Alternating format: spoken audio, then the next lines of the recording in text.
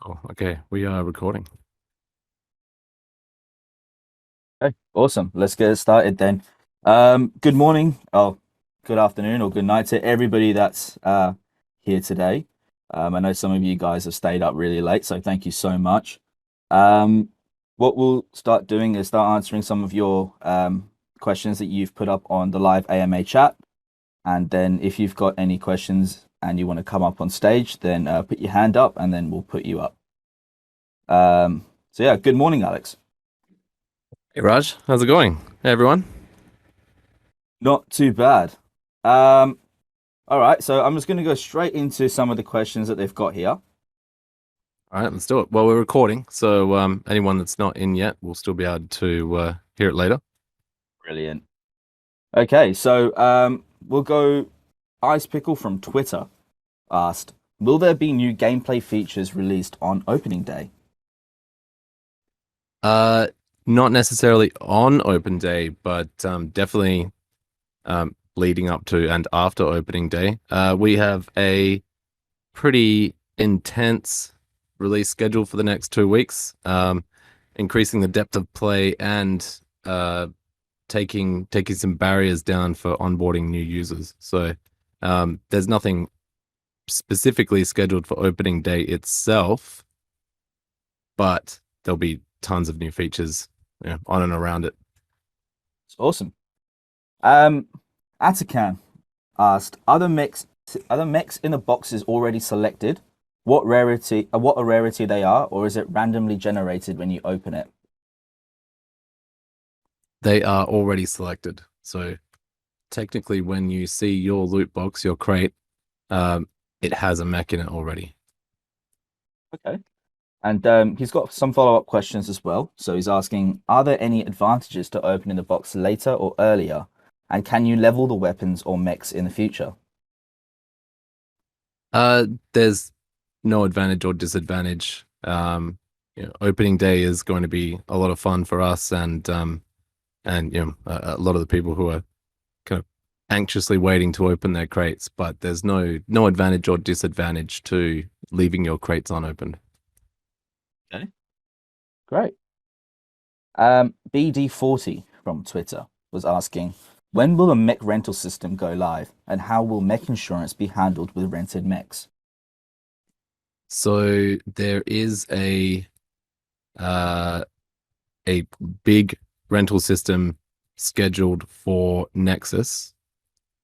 There's also a uh, syndicate shared mech system coming probably pre-Nexus, so you can look forward to that. It's not quite rentals, but it's close. Hey. And there's another question from BG40 as well. And he's asking, are there any thoughts on companies sponsoring mechs with owners receiving subs as payment? So either a skin or a decal sort of thing.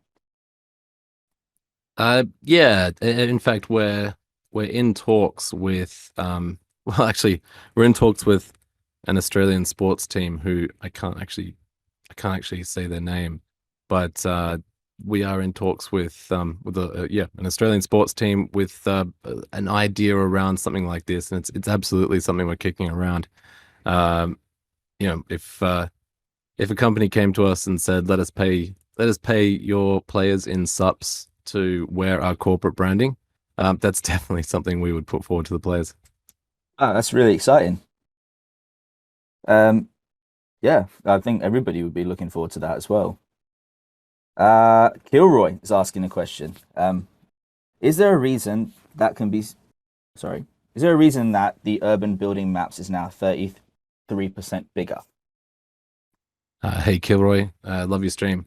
Uh, so I can't speak to urban buildings that's in the current production.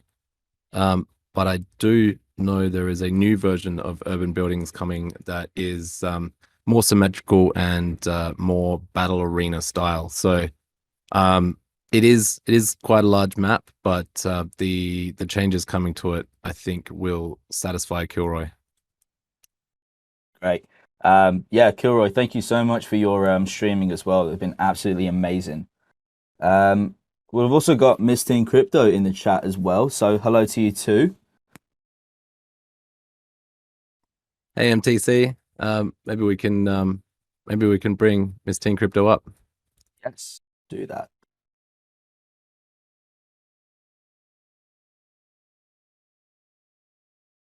Hey guys, how's it going? Good morning or good afternoon, as it is. Yes, good morning for you, good evening for me. How are we doing? I'm chilling. I'm actually having a good time. I was playing Supremacy earlier today. I'm on the site right now, ready to deploy my mech. And yeah, just overall vibing. It was great to see you at NFT NYC.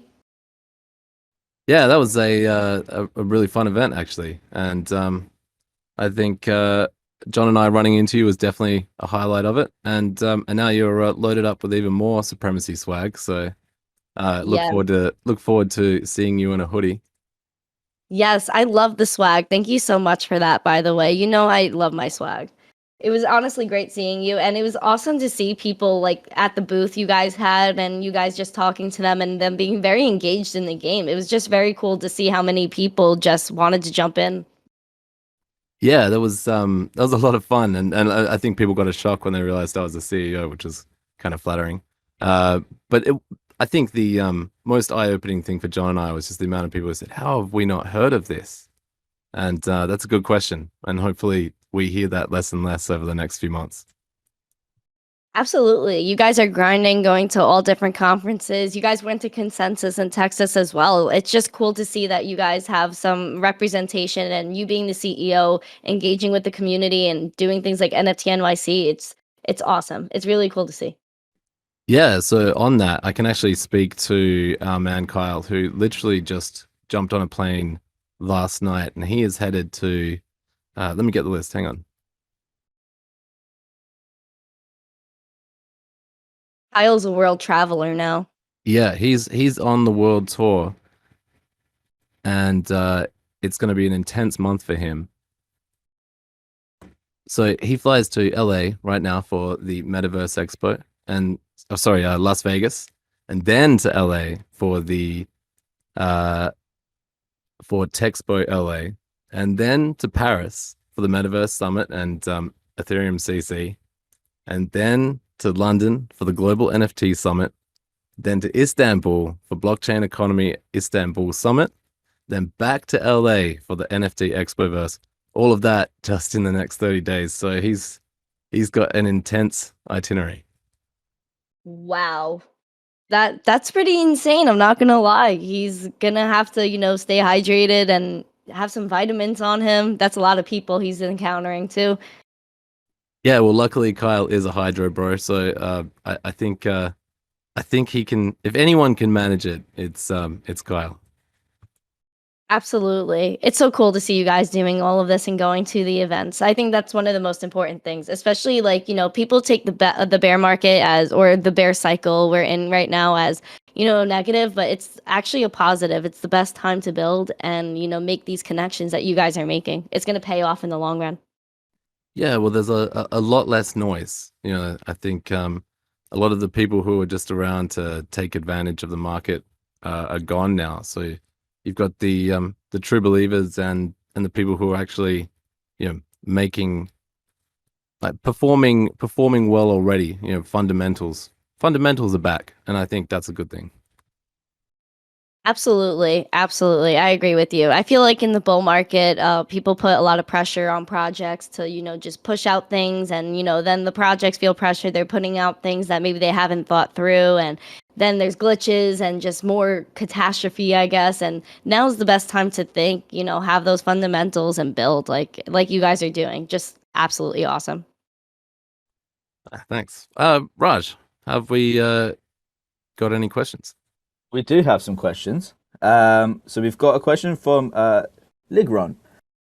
Do you have an estimation as to how much better a rare weapon will be compared to a default weapon? So there are some uh there are some like built-in stat boosts for rare weapons.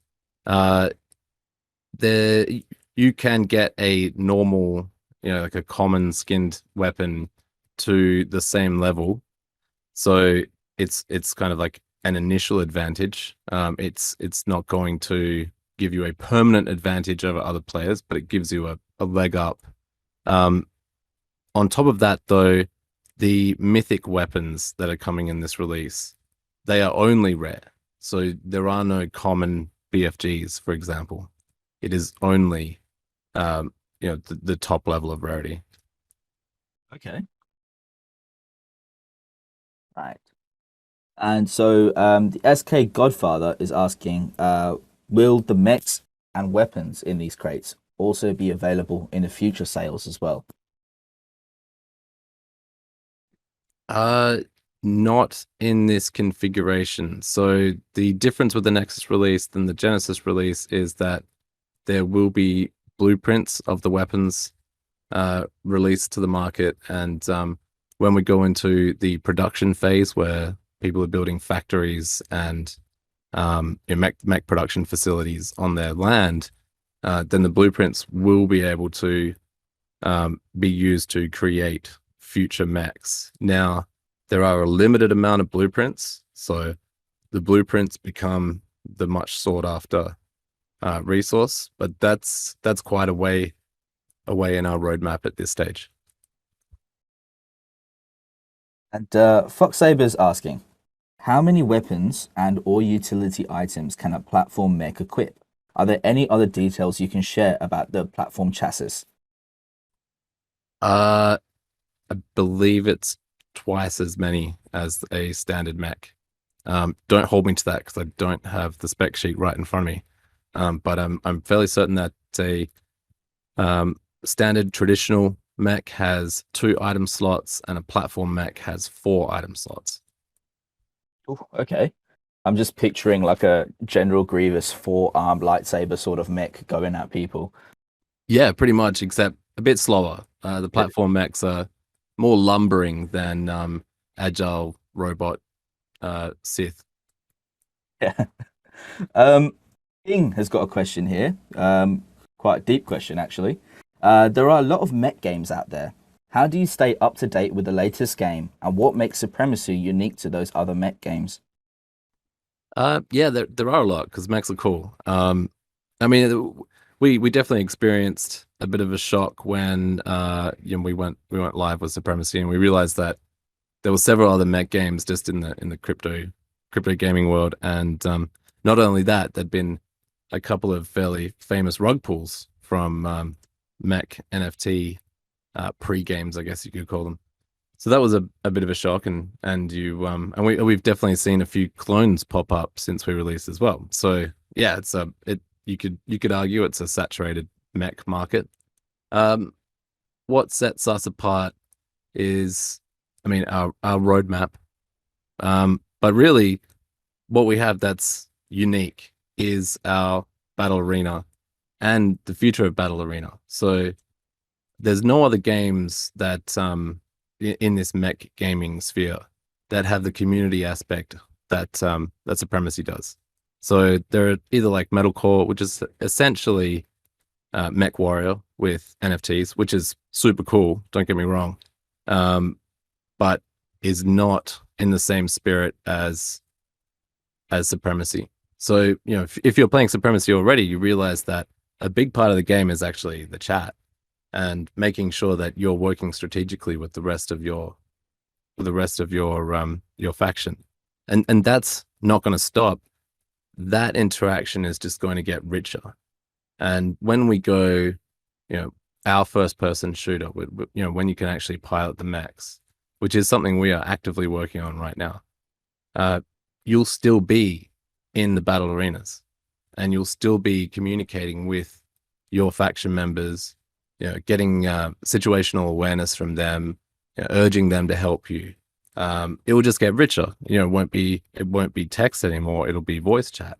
A lot of everything we do within the Supremacy universe ultimately travels through the battle arena. So there will always be this community interaction with Supremacy gameplay.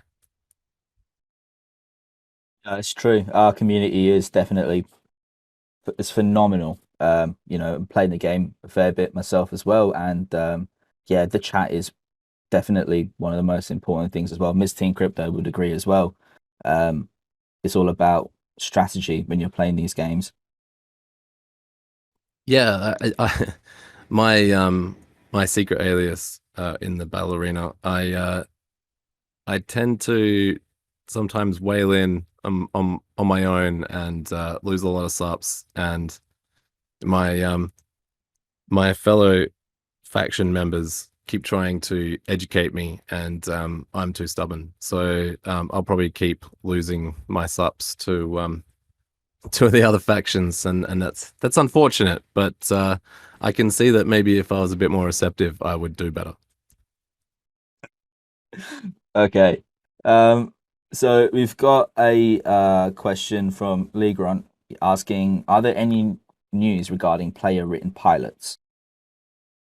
Yes. So the um actually in the production release coming within the next week or so, the full JavaScript well, TypeScript actually written pilot will go live on the battle arena, and at some point in the next couple of weeks, I don't want to tie us to a date because it's not purely my decision, but we will open source that pilot, and then over the next month or so, maybe 2 months. I don't want to get in trouble with the dev team, but we will start releasing documentation and like testing test engines to write your own AI. So it's coming. I don't want to give too close a date. Let's say within the next 3 to 6 months. That is really exciting. Um, yeah. So Drywall Puncher is asking, are the platform mechs all the same models and similar stats? Or is it a unique model stat for Xi, RM, BC, and how are they different? They are unique. Obviously, they're the same kind of mech. So even though they're unique, they are similar as well. Yeah, each one has slightly different stats. The due to the different model types, they like have different kind of styles of movement. From a development perspective, they are completely unique. So they all require their own individual animations, AI patterns. They are definitely unique. Like I said, though, they are platform mechs, so they follow our pattern of what is a platform mech. Okay. That's great. So do remember, guys, if you want to speak, put your hand up. We'll be happy to get you up on stage to talk. In the meantime, we do have some more questions here. Um, so Claude, Claude is actually a new player. So hi, Claude. It sounds like blueprints will mean unlimited supply. Why should we be getting Nexus mechs as weapons? And how will these mechs and weapons be distinct from future mechs and weapons?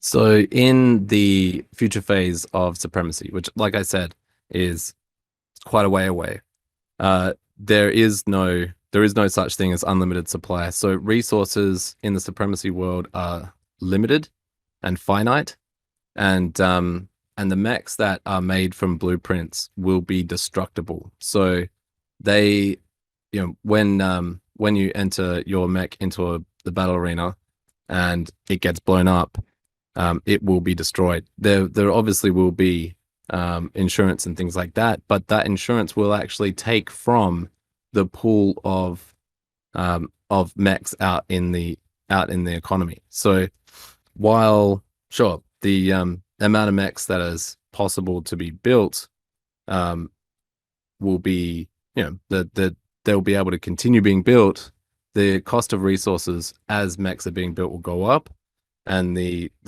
pool of mechs will go down. So they are not the same as the mechs being released from the crates. And not only that, but the skins and some of the kind of stat differences coming with the Nexus release, they are completely tied to Nexus.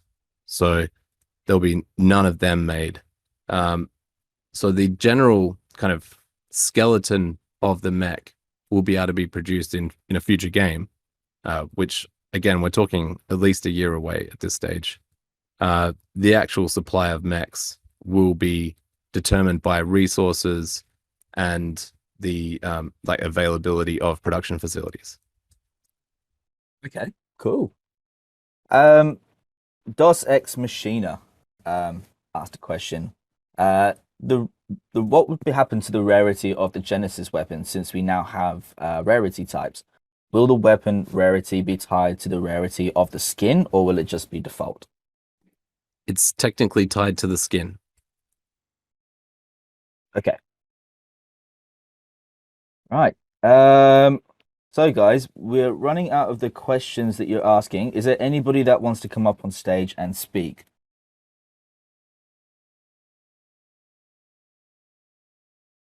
Just pop your hand up if you want to come and talk.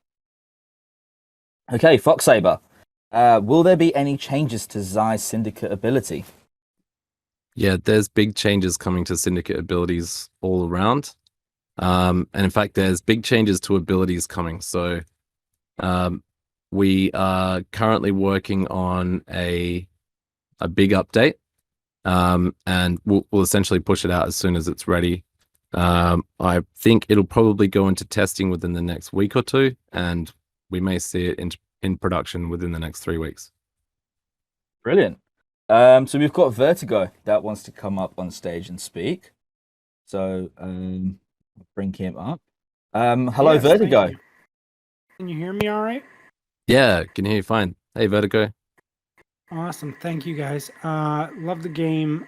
Questions with the Genesis mechs versus the Nexus mechs. Are the weapons going to have, like with the Genesis mechs, is there any reason we would want to upgrade our weapons, or should we just stick with our normal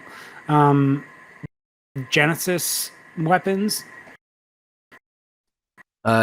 Yeah, so the Genesis weapons they're pretty good, but with the Nexus release, there's a bit more strategy based on weapon builds. So you essentially will play the game in a different way, where you'll go back into, say, the history of a mech and its appearances in the battle arena, and you'll find out like what those mech owners usually play, and you'll try to counter their choices with your choices. Now, obviously, they may try and do the same, and it's not going to be a sure thing, but there'll definitely be a lot more strategy in your actual build outs. One more quick question. With Delta Force, have we figured out anything with the rollout of some of the Delta Force incentives?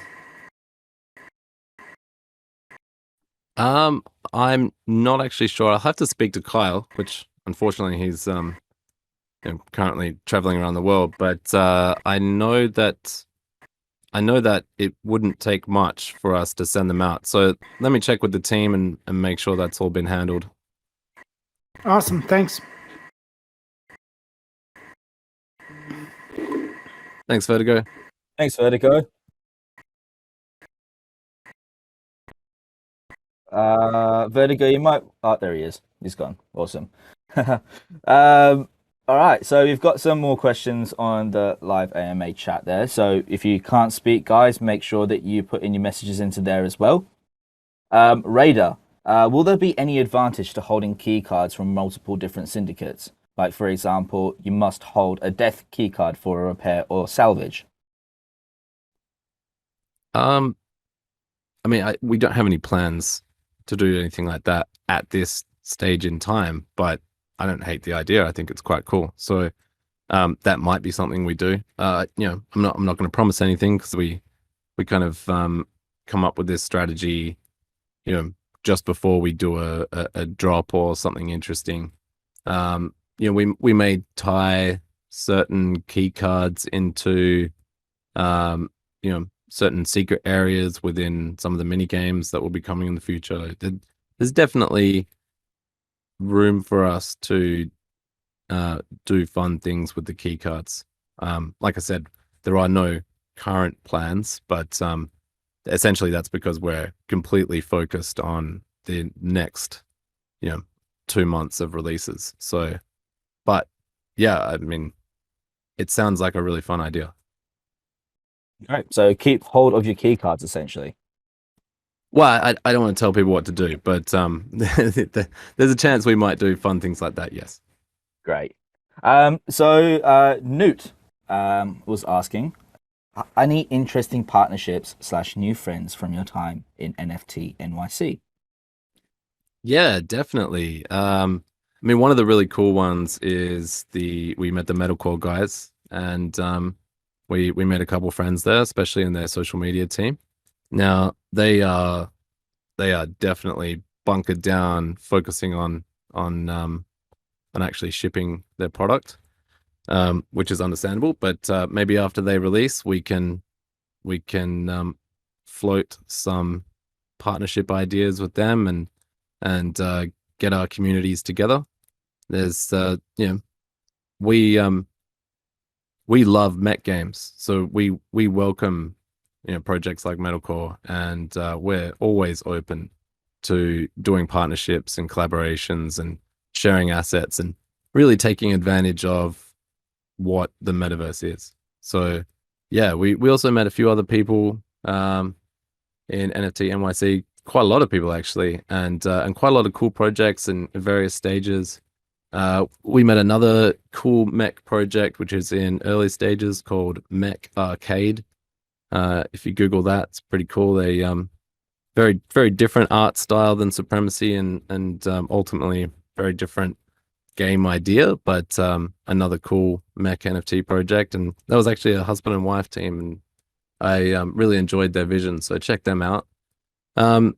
Yeah, we made a lot of friends, and we'll continue talking to them, and I'm absolutely certain we'll see some fruit in the form of partnerships and collaborations. Definitely. That's very exciting as well. Hello to Matty. What's up, people? How are you? Hey, Maddie, good to see you. Marty, Thanks for the warm welcome. how are you, friend? Good, you know me, I'm just blowing stuff up in the metaverse. Nice. That's the best thing to do in the metaverse. Mm-hmm. Right here, it's completely killer. Yeah. So how else have you been, Matty? Have you been playing the game a fair bit recently? Yeah, indeed. Great. It's basically I've got 4 monitors, so it's almost always on one of them at least, and Yeah, then you do. sometimes two or three. I'm fairly You guys, certain I have lost battles because of Marty aping in. I do like to ape in. I think we've all suffered there. Yeah, if you've been on Telegram as well, you can see some photos of his 4 screens there. Yeah, it's absolutely incredible. Commitment, crazy.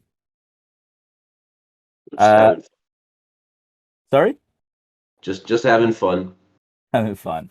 That's what it's all about at the end of the day, isn't it? It's been a dream of mine to make money playing a video game for as long as I've been playing video games. So I'm very happy to finally realize that dream. And not as a video game tester. Like I can't think of a worse job. Apologies to all the video game testers out there. I think there's more empathy for your suffering. And I realize that these days with early access, and we're guilty of this too. We're all video game testers, but I still wouldn't want to do it as a profession. I applied as a video game tester when I was maybe like 20 or 21. A few places I was looking for a job as a video game tester. Nobody took me. Nobody even responded, I guess.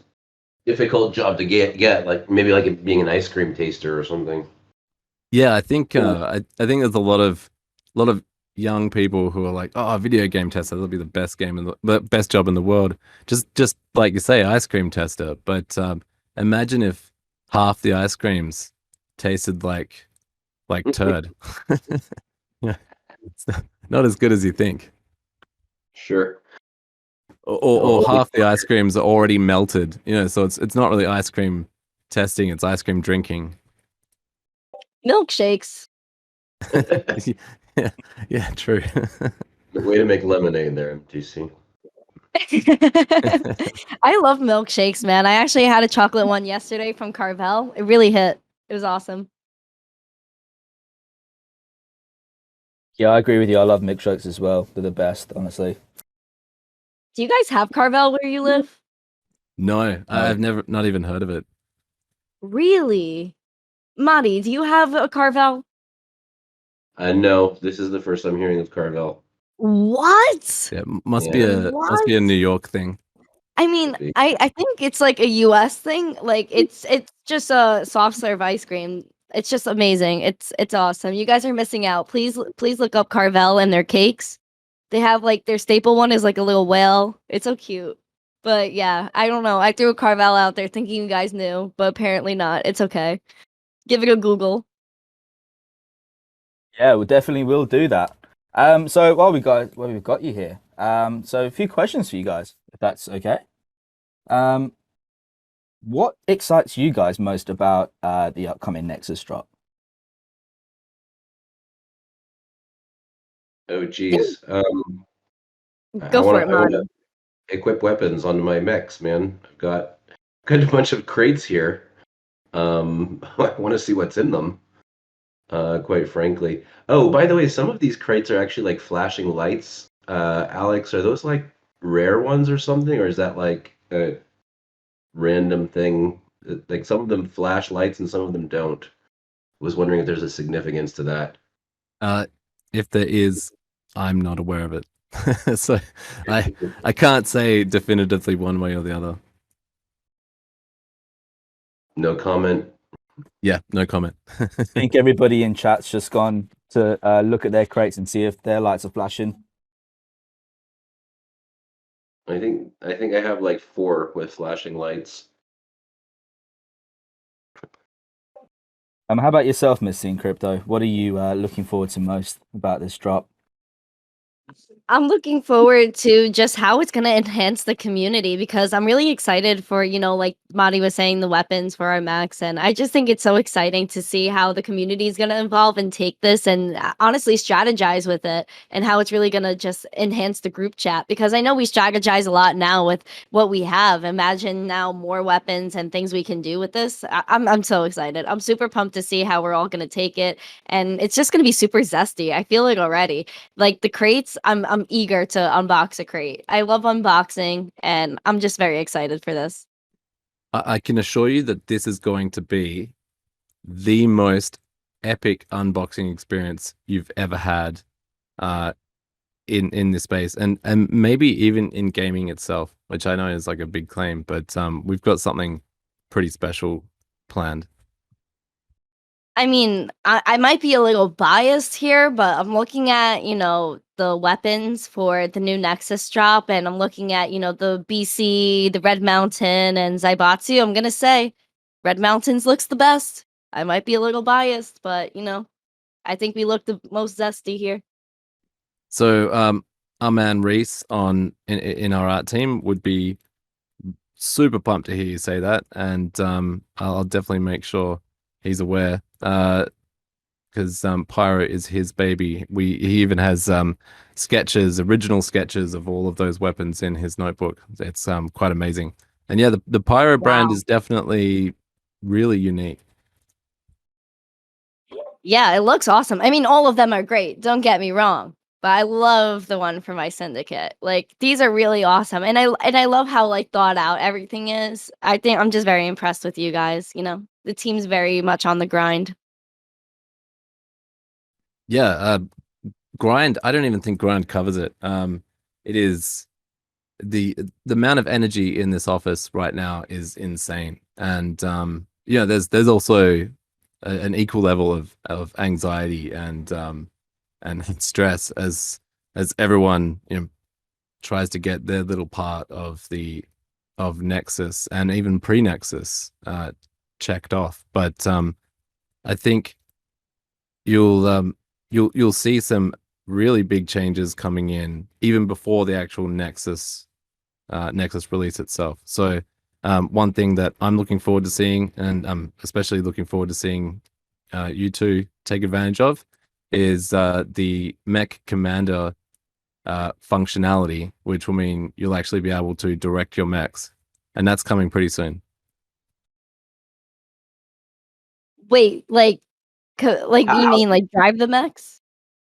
Not in like a piloting sense, but actually issue commands to them. Like go over here and attack this guy. Ooh, that's spicy. I like that.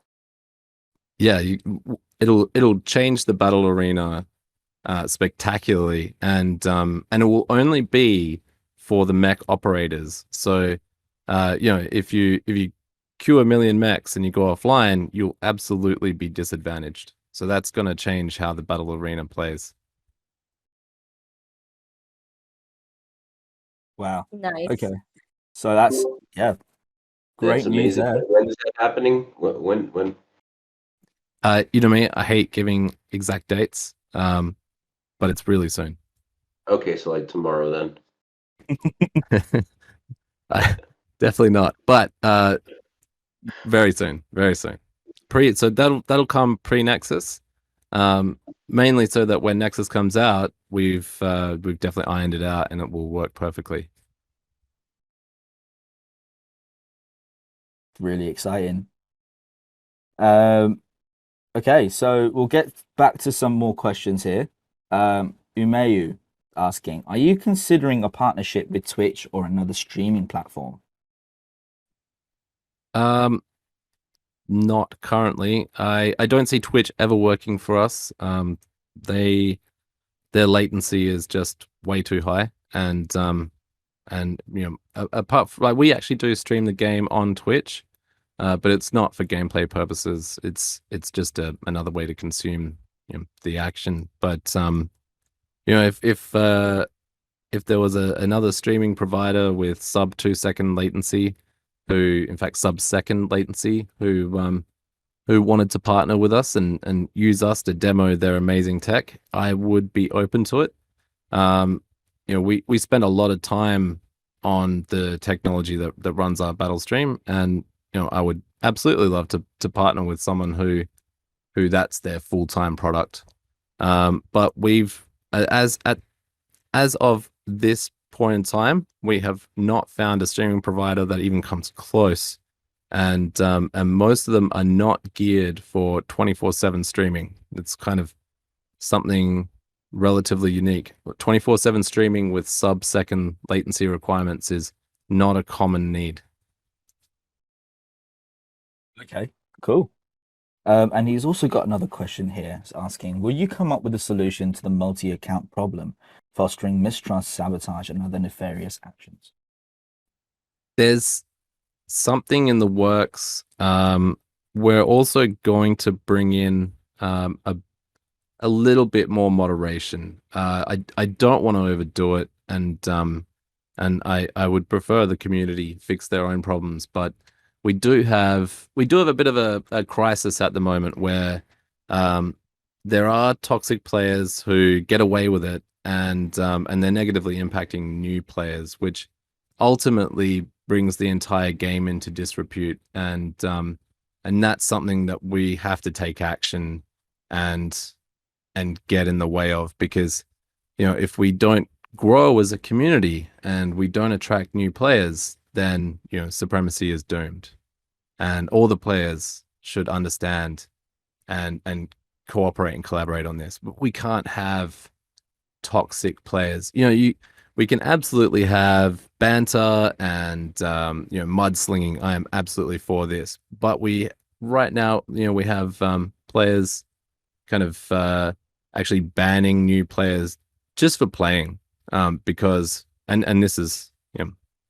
this is something that kind of annoys me, because they have mechs running in a different syndicate. So they're actually generals are collaborating and ruining the game for everyone else, just so that their mechs in other factions are winning. And that's something we're going to have to clamp down on, because new players need to have fun. You know, everyone in the battle arena right now, that should be like a commitment we all make, that we make sure that new players have a great time and stick around, and put their subs into the battle arena and pick up mechs and grow the community. So unfortunately, we will have to kind of increase moderator visibility within the battle arena itself. We will try and do it with a light touch. But if you're one of these players who are being a bit toxic, consider yourself on warning. Hey, cool. Veyron is asking, will there be more challenges between syndicates, like a tech tree we can climb with winning challenges against the other syndicates? Yeah, there's actually something coming with Nexus. So when Nexus drops, composability comes. Now, unfortunately, the version 1 of the Genesis mechs does not support composability.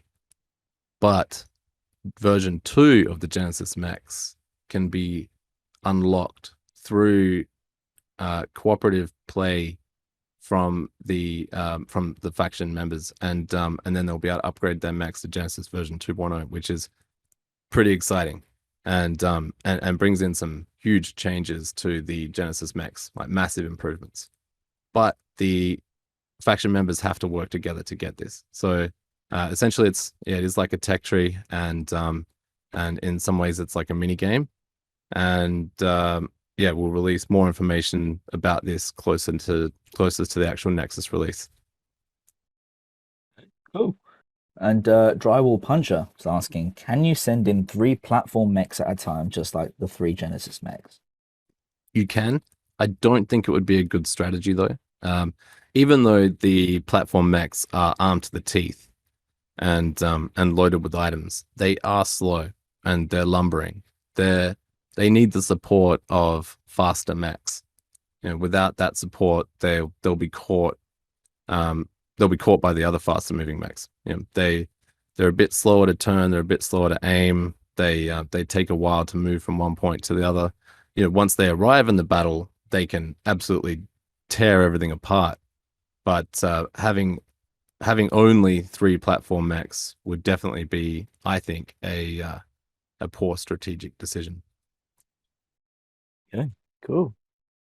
And Ligron asking, playing in the battle arena at the moment includes a lot of waiting for the right spot for your faction. Do you think the upcoming changes will be able to reduce this waiting period or even eliminate the see and wait part of the game? Yeah, there's also multiple battle arenas coming. So Nexus includes multiple battle arenas. So yeah, multiple streams? Yeah, so the amount of active streams will grow and shrink based on the amount of mechs trying to actually get into a battle, and it will be fairly dynamic. And you'll if you're watching the battle stream, like, you will be able to quickly flick between multiple. There should even be maybe not on the first release, but coming soon after the first release, there'll be picture in picture. You'll be able to actually have multiple streams kind of active in one fashion or another. So that's a big part of the Nexus release, is the new battle lobby, which does include multiple battle streams. Okay, cool. And with the Mech Commander update, will we be able to squad up our own mechs to form sort of alliance and play with them? Yeah, that's the idea. Okay. And are we able to direct our mechs? So are we going to be able to choose the mech targets? Yes. Yeah, that's essentially what it does. Okay. There are a lot of people playing multi-syndicate, and they already had a plan on which way the mechs are going to win, which mechs are going to win next, and which mechs will be used for cooldown. Are you going to address this since new players do not know what their new tactics are? I think this already has been addressed, actually. Yeah, I mean, I do want to speak on this though. Yeah, Nexus brings so much gameplay changes and functionality changes. So I wouldn't want to speak to what the strategies are going to be post Nexus anyway. I think there'll be as the richness increases within the game, I think you'll start seeing these multi-faction players essentially consolidate on one faction, and or they have unlimited amount of time and they can build their profiles up in all the factions, and that's fine. I urge them to play. If they're going to play that way, then they need to play in the same way you would play yourself at chess, where when you're on the white team, you play for white. When you're on the black team, you play for black. You don't you don't start up a game of chess against yourself and then favor one side. That's yeah, why even bother? But as I said, with the richness in player profile building that's coming, I think you'll see less and less of this. How will Nexus mechs and Genesis mechs work together in the battle arena? Are queue positions going to matter more? That's a good question. I look, I don't really have an answer on this yet, and you know, all I'll say is wait and see. And obviously, with player written AIs and the Met Commander itself, there'll definitely be some interesting surprises here. Okay. And will there be any API or interface that will allow us to write scripts and programs to pull information from the battle arena, like a program that can keep track of what weapons are dealing the most damage and getting the most kills, burning the most ammo, that sort of thing? It's always been part of our commitment that we would provide, public APIs and things like that. So, at this point in time, just because of the, we have that kind of limited resources to focus on things, I can't tell. I can't say when documentation and a REST API would be officially released, but it's definitely on the roadmap, and it's definitely something we will do. Yes. Okay. And Veron's asking, do you plan to join the Metaverse forum? Sorry, the Metaverse forum? Yeah. I will have to look into that. In all honesty, I've not really looked that hard into the Metaverse forum.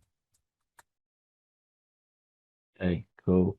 So remember, guys, if you do want to come up on stage and speak, to put your hand up. I think Vertigo wants to come back up on stage and might have a question. So I'll bring him back up as well. Oh, hang on. I see someone say Metaverse forum by Meta. Yeah, no, probably not. We actually got deplatformed by Meta, so I'm not exactly the biggest fan. And that's probably something we're going to talk about quite a bit more in the next few weeks. Is how Meta is actually essentially working against players for advertisers. And if you own an Oculus Quest 2, or if you've tried to develop on an Oculus Quest 2, you'll have experienced firsthand just how unfriendly they are to both devs and consumers. So anything like the Metaverse forum that's spearheaded by Meta, probably not something that we're that that keen to participate in. Okay. Veron's just giving us a little bit more information about it. And he says that it's for interoperability between metaverse projects. And everyone was surprised that Meta joined it. So it kind of diverges. I think from my limited reading on this, you'll likely this will be essentially a movement away from blockchain technology, and will be more of a corporate exercise in controlling the ecosystem, like a walled garden approach. The players in that space, I would be surprised if they furthered the decentralization cause, and I would suspect that they're probably going to be on the other side of that debate. Mark Zuckerberg has no interest in interoperability. Please. No. If he did, it would be in the same vein as 90s Microsoft of embrace, extend, and extinguish. Okay, so we've got a question from Zuga here. It's asking, what is the marketing plan after the rentals are out? Have you considered introducing referral systems that will incentivize content creators to promote the game for a fee, an affiliate model? And are there any plans for Google, Facebook, Instagram, and TikTok ads? Yeah, there is definitely an affiliate program coming. In fact, a lot of what we're designing has actually come from Matty's advice and guidance. So thank you for that, Matty. As for advertising on the big platforms, we're constantly engaging in guerrilla tactics to get around their crypto gaming blocks, but it's always a challenge, and essentially it's like a game of whack-a-mole where they ban us for some other policy that wasn't apparent from the beginning. There's after post Nexus there will be a very large marketing push, because most of our marketing campaigns have essentially been waiting for the functionality that's coming in Nexus, and has been waiting for the improvements to onboarding that will be coming in Nexus and pre-Nexus. So yes, there'll be quite a large marketing push, and a lot of that is just because we'll actually be ready. We'll be ready for new players to come, and because of the work that we're about to release, most of them will want to stay. Okay, cool. Legron's got another question here. He's asking, will you stop selling subs at one point? I mean, probably not, because it's the quickest way to sell subs to players, especially new players. We did do an update to our subs form, and it actually matches the current market price for subs. So the 12-cent floor was removed, and it follows the active price on PancakeSwap or PooCoin or one of these indexes. So it's not going to affect the market rate, but the update to the payment form that's coming in the next week or so will put the subs directly into your XN account. So there'll be it'll be a lot easier for new players to pick up subs and get into the game. So it's pretty unlikely that we would get rid of that. So we've got Vertigo, who's still got his hand up, so I'm going to invite him up to speak. Yeah, There he is. thank you Hey, so mate, how you much. going? Yeah, I had Hey, another Vertigo, welcome question. back. A while back, you guys were talking about the key cards. Will there be a chance that we will be able to loan out or rent out our key cards that we're not using? I'm one of the people with all of them, so the minor and major paths. So I'm obviously not using them all the time, but it would be nice to be able to rent them out to people who wanted to get rewards or something like that. That would be pretty interesting. In all honesty, not something I'd ever thought about. I don't think we'll see like a rental model like that's coming from Max, but we may have we may, it's not a promise, not an addition to our roadmap or anything, but we may consider, say, sharing your key cards amongst your player syndicate members. So when the player syndicate model comes and you see how mechs are kind of shared between syndicate members, then maybe we'll create some functionality around that for key cards. There might be something we consider. It's the kind of thing I would never make a decision around without speaking to our game and narrative designer. Awesome. Thank you. Thanks, Vertigo. Alex, I have a question real quick, if you don't mind. Of course. So the only way to get a key card right now, because like I missed out on that and I'm a little sad. So the only way to get a key card right now is off the market, or like I could buy it from someone, right? Yeah. People are selling theirs on the Supremacy marketplace in Game 1, and I'm pretty sure you can still pick them up off OpenSea as well. Ooh, spicy. Okay. I really like, the whole thing of the Supremacy marketplace. I really like what you guys are doing with that, by the way. Yeah, I'm really happy with it, and there's some user experience improvements that I'm looking forward to bringing out soon. But overall, I think it's been a massive success, and we've definitely noticed that players have already written bots that snipe up mechs that are selling for too cheap. I think if you list a mech for less than 3,000 subs, it'll be bought like that.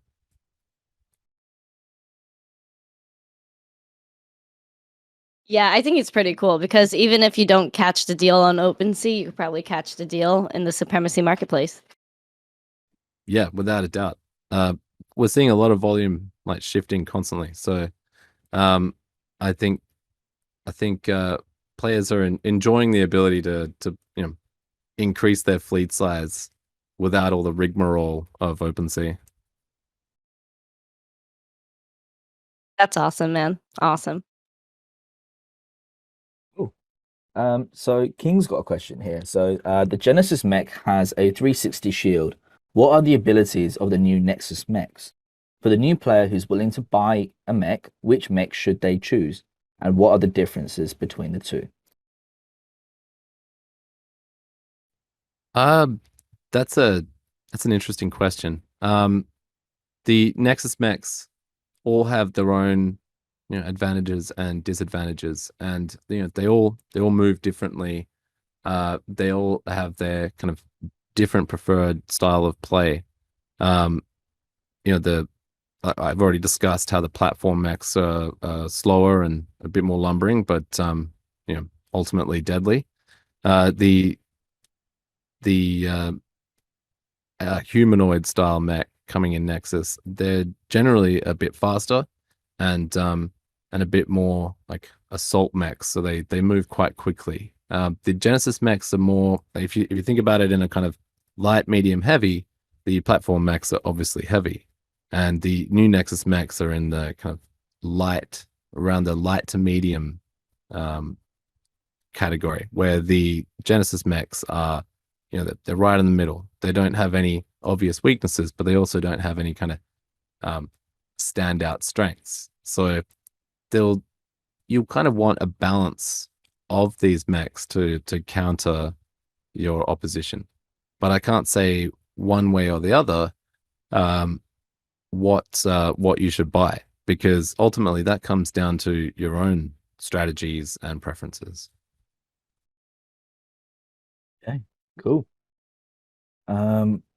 So Tatin's asking a question. It's asking, when we see like a new wave of players, the deploy fees are going to get higher and there's a higher risk.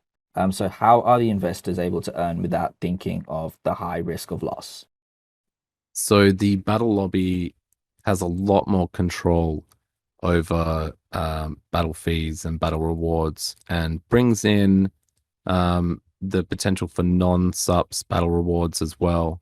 So especially with the exhibition play, which means you'll actually be able to set up your own battles with your own conditions and your own rewards and your own battle fee requirements, and players will join at their discretion. So you'll see a lot of different kind of risk to reward ratio games playing, and due to the multiple battle streams, that'll enable players to play at their own pace.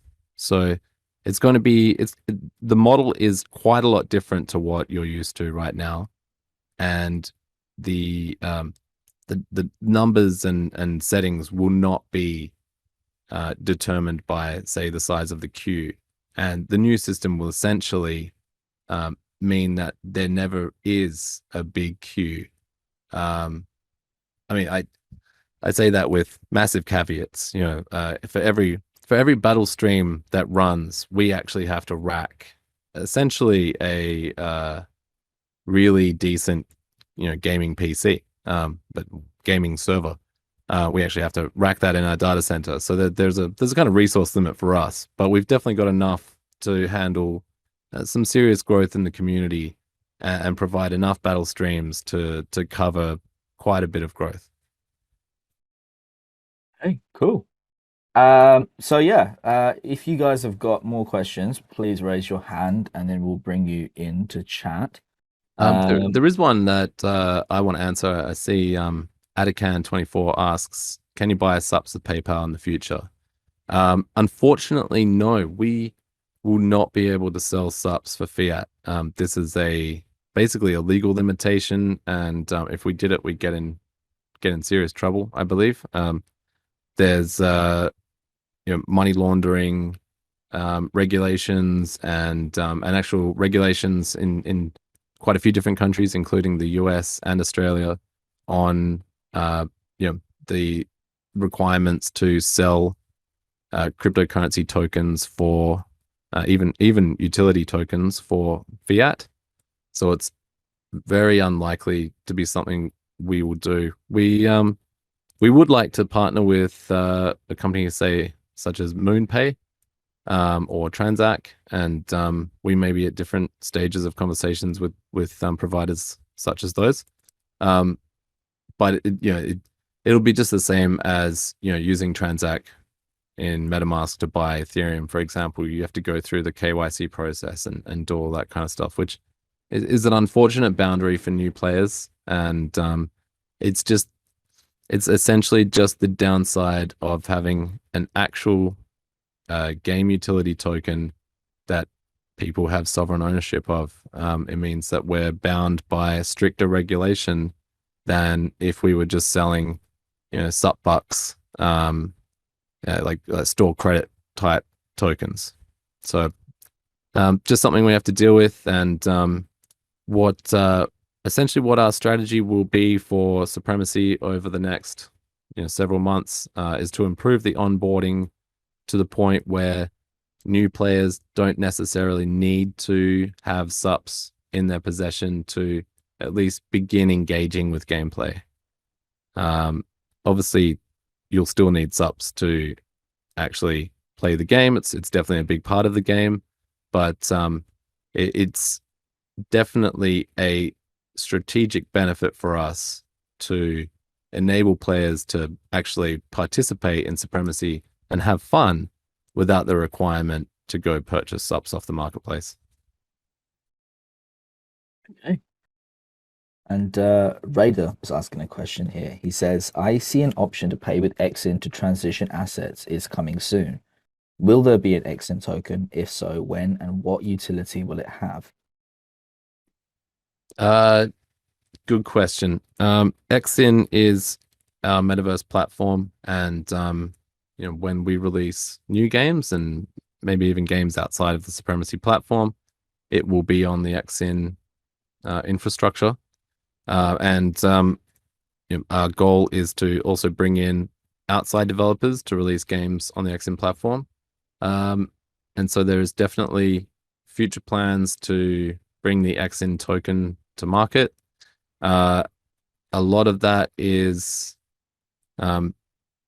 a lot of the timeline and roadmap around that is very tied to our investment strategy around that product. And due to the changes in the market, essentially, crypto winter, not something we're putting a lot of external focus on, and we'll just keep quietly building it in the background. We may actually remove the references to the XIN token in the system for now, and kind of keep it opaque so that players are focused on Supremacy. And can you tell us a bit more about the possibility of a partnership with Sony/PS5 releases? I can't say anything because we don't know anything yet, but we definitely are going to show them the prototype for the first-person shooter, Supremacy, Human Resistance. Where we go from there, that will depend on Sony, but it is something we're going to attempt, and it's our dream to release Supremacy Human Resistance on the PlayStation, and ultimately after that, Xbox, and hey, maybe even Steam. That's definitely a that would be huge for Supremacy and the community, really. We would be crossing a threshold there that no other metaverse game has done yet. So that's fingers crossed. Are you aware of the GameStop marketplace? Any consideration to investigate? Well, obviously I'm very aware of GameStop, because what an amazing time. Look, we haven't investigated anything to this point, but definitely something we'll do. Yeah, I mean, I think it would be I think it would be fun to be, on the GameStop marketplace, and it's kind of funny that GameStop is now a way to kind of thumb your nose at the traditional hedge funds. So yeah, I could see us fitting in well there. Right. Can we put ads on our mechs in the future? Yeah, wow. People keep asking this one. Maybe. Again, if Coca-Cola came to us and said, "Hey, can we pay your players to put Coca-Cola ads on their mechs?" I would say, "Wait, you think Coca-Cola would still exist in 2149?" No, of course it would, and we would probably set that up. That sounds like a lot of fun. And with Mech Commander, will we see a fog of war mechanic?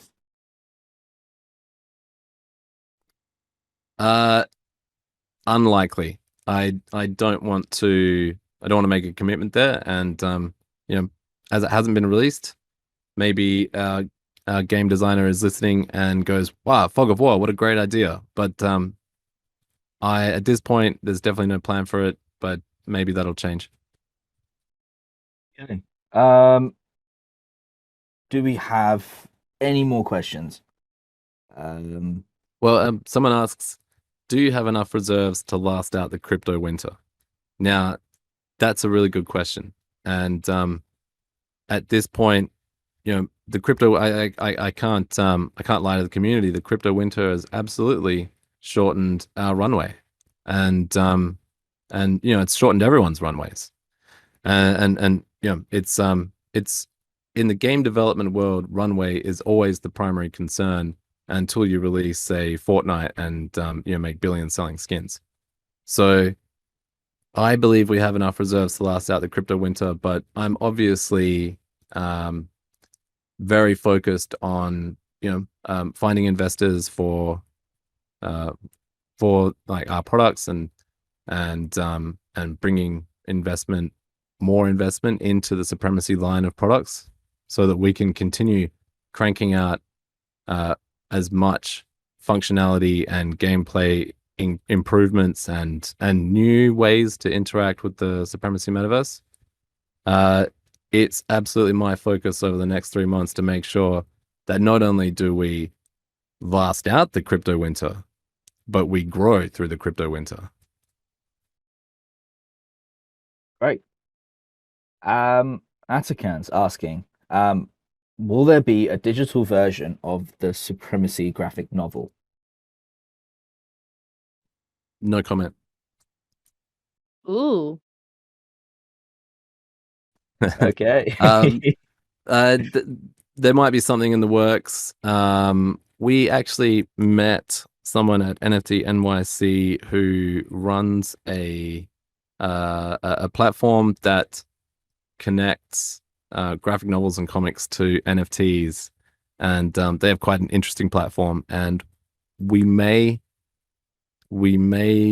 collaborate with them, and you might see the Supremacy graphic novel released there. That's something we're looking into. Right. Well, that's exciting. Because yeah, those graphic novels were a massive hit on your travels, weren't they, Alex? Yeah, well, I personally gave away 300-400 of them. There was a lot, and I snuck a free Supremacy crate in about half of them. Funnily enough, I think the people who actually got the graphic novels were not aware, as we've not seen a huge amount of them claimed. But if you were one of the lucky ones to get one of my graphic novels with cream, then congratulations.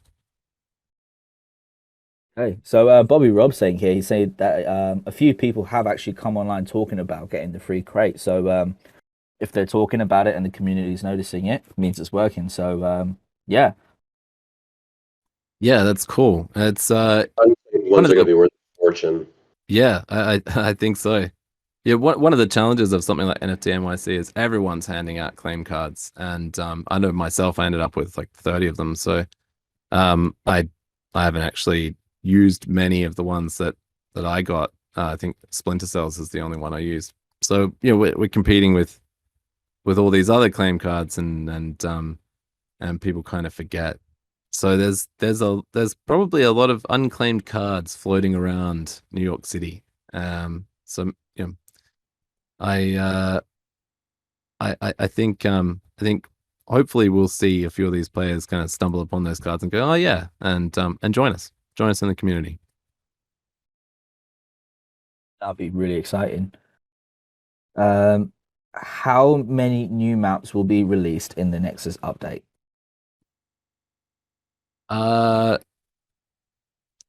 Several. We'll also release a couple pre-Nexus. So you'll see some updates. I think we may be retiring the ice map. And so you'll be seeing a something come in to replace that. Definitely, that's likely going to happen pre-Nexus. And then Nexus comes with a bunch of battle, more exclusively battle arena style maps. My favorite is obviously the Hive, which that'll be really exciting seeing that come in Nexus, and I think we're going to do something special with the Nexus release and the first game that plays on the Hive. Right. Yeah, so BC, obviously the ice map is a fan favorite there. So Newt and Bobby Rob are a little bit upset. Maybe they can get a petition going in Discord. If they get 20 mech arms on their save the ice map comment, we won't get rid of it. How's that? Right, so we've got Kilroy's done hashtag save the Arctic, guys. So all over socials. That's the message. So that if you guys can get 20 mech arms on that message, we will save the Arctic. Polar bears need you. Maybe maybe we'll bring back Death Rock though. Ooh, okay. So Uh, to everyone that misses Death Rock, if you can get 30, let me think. What should the emoji be? Please don't bring back that small favor. Let's move But on. if they can get 50 doges, then 50 doges on that same message, will bring back Death Rock in some fashion. In some fashion, probably not in the same way. Careful there. Careful what you promise, man. Oof, One it's thing I already know got about 3. that is the ones that you least expect. Yeah, I think there's quite a lot of players that just want to see the world burn, right? So I wonder if there's 50 of them. I just want to say also that uh neither thing is a promise here. So even if we get 50 doges, the team may not let me bring back Death Rock. And I'll have to come back in the next AMA and eat humble pie. But if you can get 50 doges on there, I'll do my best. Alex, I just went into my room to go get one of those Supremacy secret cards, secret code cards that you gave me during NFT NYC because I was gonna drop some codes, here and there, but I had to claim one, right, to see how it worked.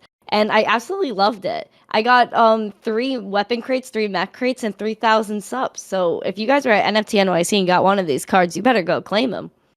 Yeah, they're really full on. Um, it's actually the reason why we didn't put on the claim card what it is, because we don't actually want everyone to claim them. Only the people who love mechs. You should look at that card and go, "Whoa, mechs are cool. I'm going to claim this." Yeah, I love it. Even the art on the card, it's pretty sick. Loving it. I think we will give out 3 claim codes today for three random question askers, and I think one from each faction. So the team will figure that out after the AMA, and yeah, we'll pick one random person out of each faction who managed to ask a question, and we'll give you a free claim code. Right. So yeah, guys, ask all the questions you can. So to be in the running I got a for question for Alex. Alex, when's this subs going to be worth $1? Legally, I cannot speak to that. Good answer, man. Good answer. I was just testing you. I, Marty, starting trouble. I'm almost suspecting that you're in cahoots with our lawyers, and they're listening in so they can chew me out later. Your regulators just don't care that much. They don't until they do, and when they do, they really do. Actually, there's been a few companies here locally where we are in Australia, who have gotten into big trouble for guaranteeing future gains on their token. Our, Oh yeah. our government really looks dimly on it.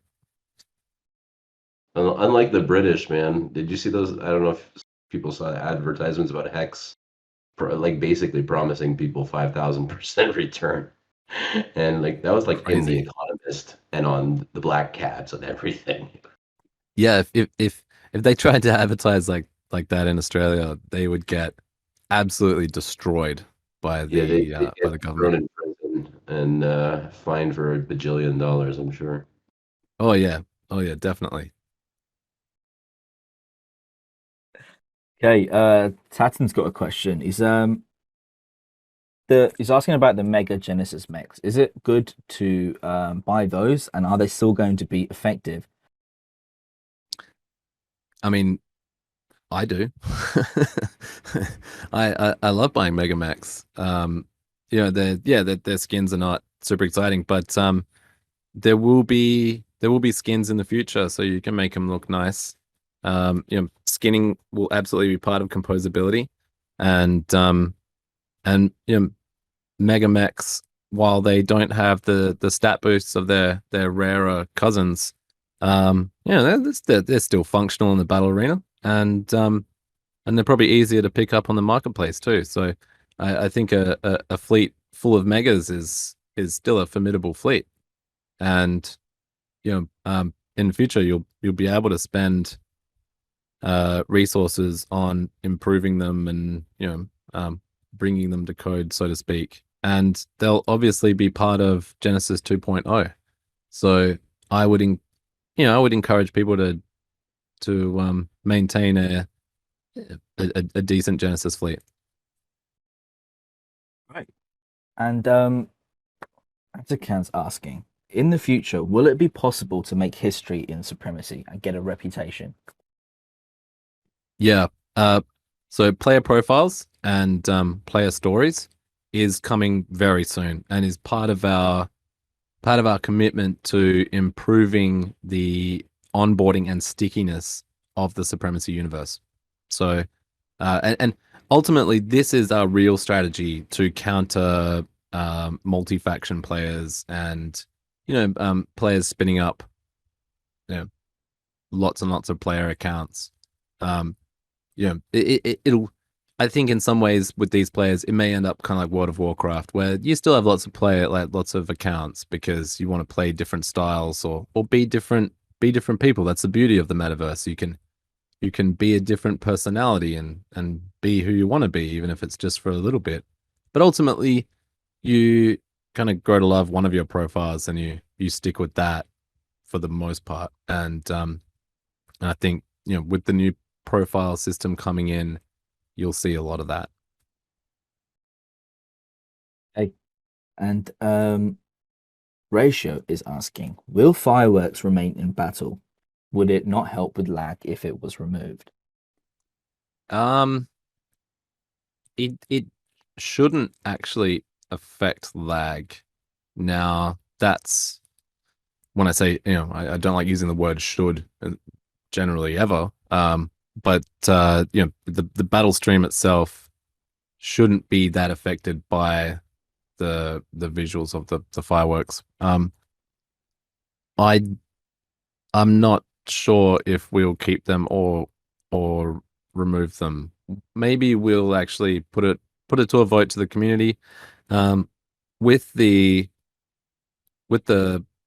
increase in mech level abilities and items and things coming in the next few months, they may not actually fit the new style of gameplay, and maybe we'll replace them with something a little less obnoxious. Ultimately, I think I from a personal perspective, I would like to get a bit of a litmus test from the community on how they feel about fireworks. Do you enjoy fireworks? Do you not enjoy fireworks? I know when we introduced them, there was like equal amounts fanfare and hate. So I would definitely like to get another kind of litmus test on where everyone sits on fireworks. Wouldn't it make sense to allow mech owners to equip them like they would other weapons?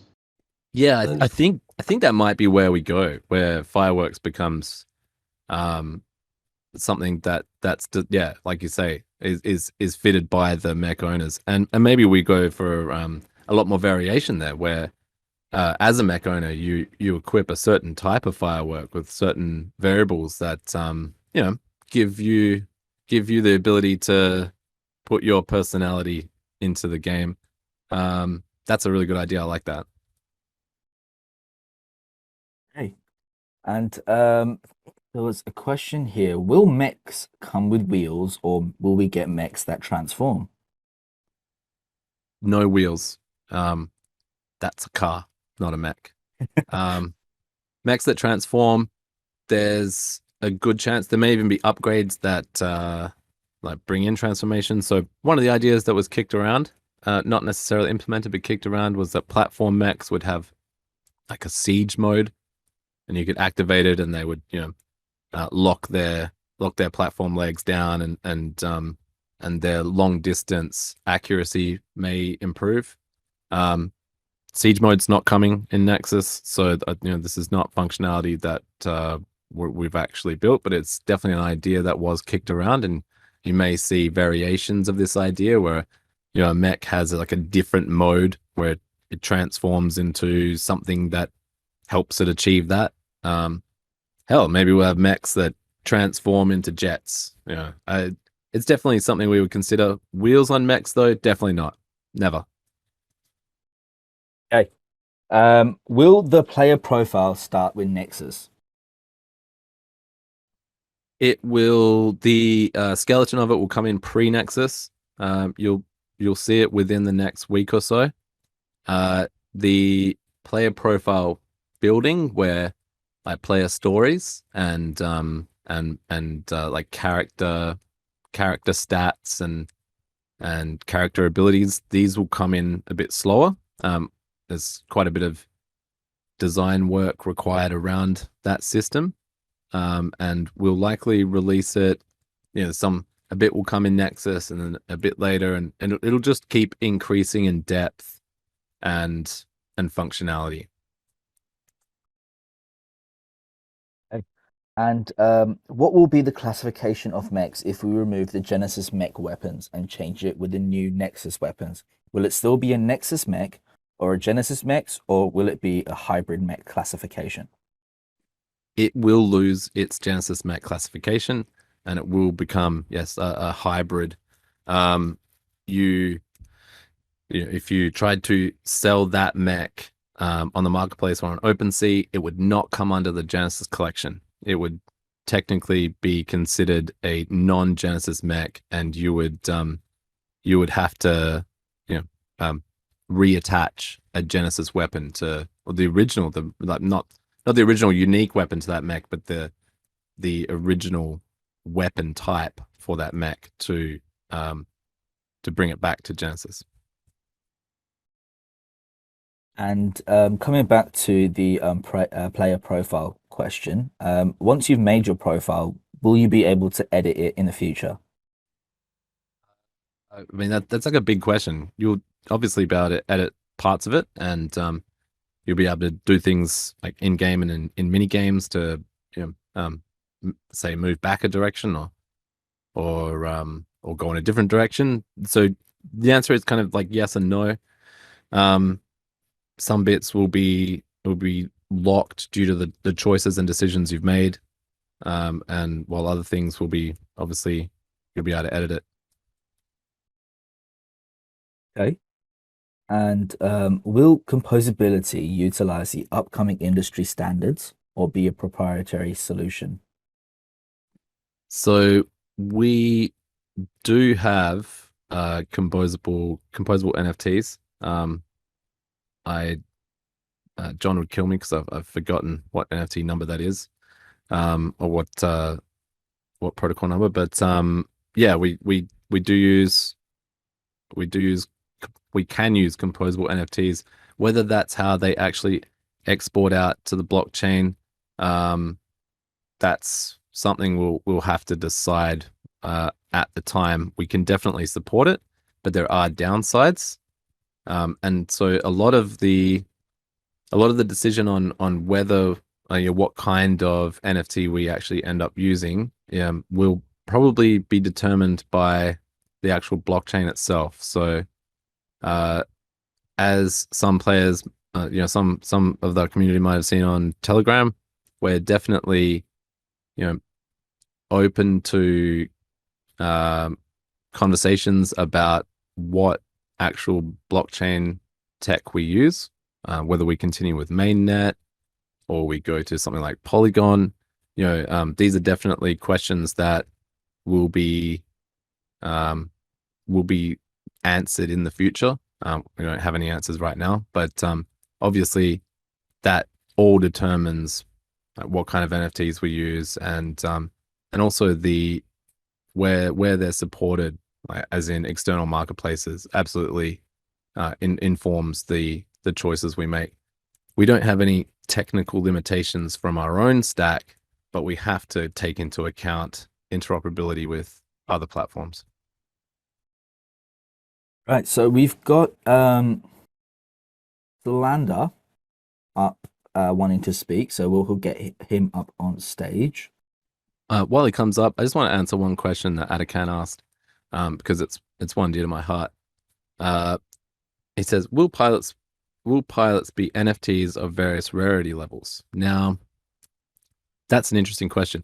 Pilots will absolutely be NFTs, and they'll be an asset all on their own. So, let's say you're a very talented AI developer, and you create a pilot that's does very well in the game. You will be able to essentially sell it on the marketplace one for one. Think of it as a pilot. You'll use a mechanism within the game to generate your mech pilot, and you'll sell it on the marketplace. And and what will be really cool when this functionality comes is, as a consumer of these pilots, you'll be able to click it and see what the actual win record of that pilot is.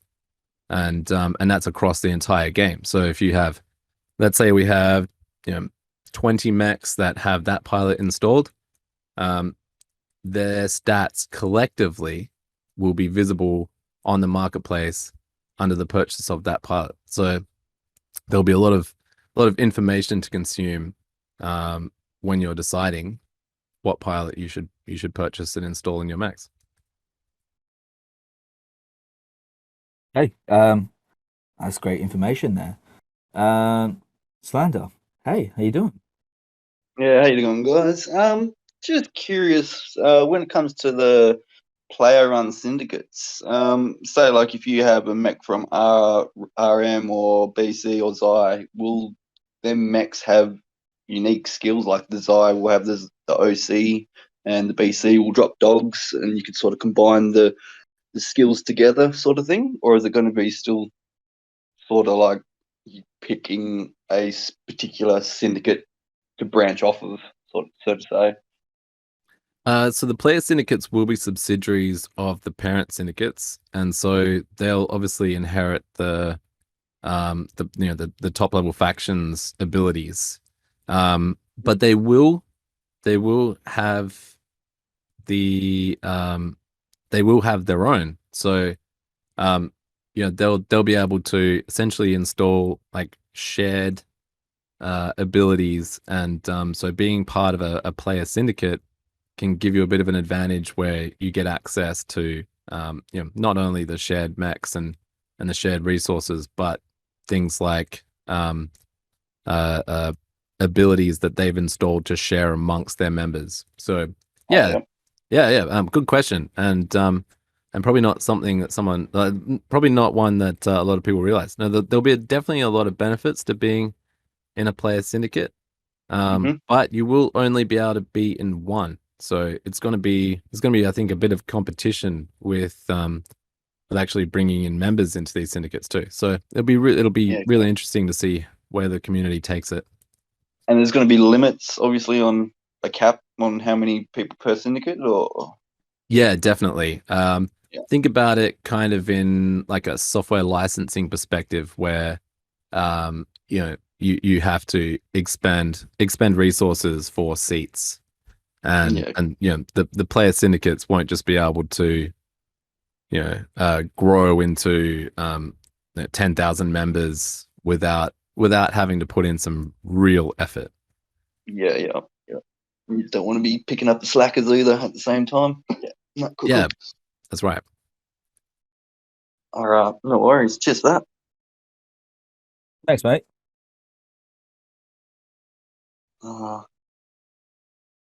Okay, so some few more questions here in the AMA chat there. Yeah, it's really popping off. Yeah. Keep them coming, guys. Cool. So Bobby Rob's got a question. What do you think about a play around poll of a code of conduct for the battle arena so that people can get a general understanding of what is right and what is wrong? Yeah, that's not a terrible idea. I am reluctant to maybe be so prescriptive as to introduce a code of conduct at this point. And I actually think it's something that will be better managed by the player syndicates, what we were just talking about. Part of the functionality that's coming in that player syndicate system is the ability for them to vote on and maintain their own rules, essentially their own code of conduct. And I think that will help a lot. We are going to essentially borrow from FIFA the rule of bringing the game into disrepute. So they have a fairly wide open law under the guideline, the bylines of FIFA play, where you can be fined or suspended or even banned from FIFA for bringing the game into disrepute. And that is it's kind of wide open. If you essentially make the game not fun for spectators, or you embarrass the game, or you make everyone feel bad, then FIFA reserves the right to punish you in some way. And we're going to kind of bring a bit of that vibe into the battle arena, where if you're making the game unfun, then something has to be done. And I would prefer the players did it themselves, but we obviously have to reserve the right to protect the game itself. So that's without introducing a prescriptive code of conduct. Everyone just needs to keep this in mind. Let's make sure the game is fun. And will the Hive map have new music? Also, will the old music come back at some point? So part of our battle stream improvements is also working on audio streaming. So like as a separate stream to the actual video. And music is absolutely part of that. And we've got a few partnerships with music producers, including our own very talented sound designer and audio engineer who will also submit his own music into that. We're also working on commentator channels. So imagine like radio stations within the actual Supremacy world, and players will be able to reserve their frequency on this radio wavelengths, if you will, and commentate directly to players within the game. This is something that is absolutely coming. It's not top priority for Nexus, but thankfully, with the tech improvements that we're doing on the battle stream itself, it's actually part of the same technology stack. So it's not going to be difficult for us to introduce. And I cannot wait to have player commentators. It's going to blow my mind. That'll be very exciting, actually. Any news on the BA Titan giveaway competition? It just continues on. Make sure you get your, make sure you get in on it. Titan is cool, and I think maybe people underestimate what the Titan giveaway is or don't understand it. Titan giveaway, and actually, our communication around the Titan giveaway at the start was a bit confused. Now, it was very focused on like one of one NFT.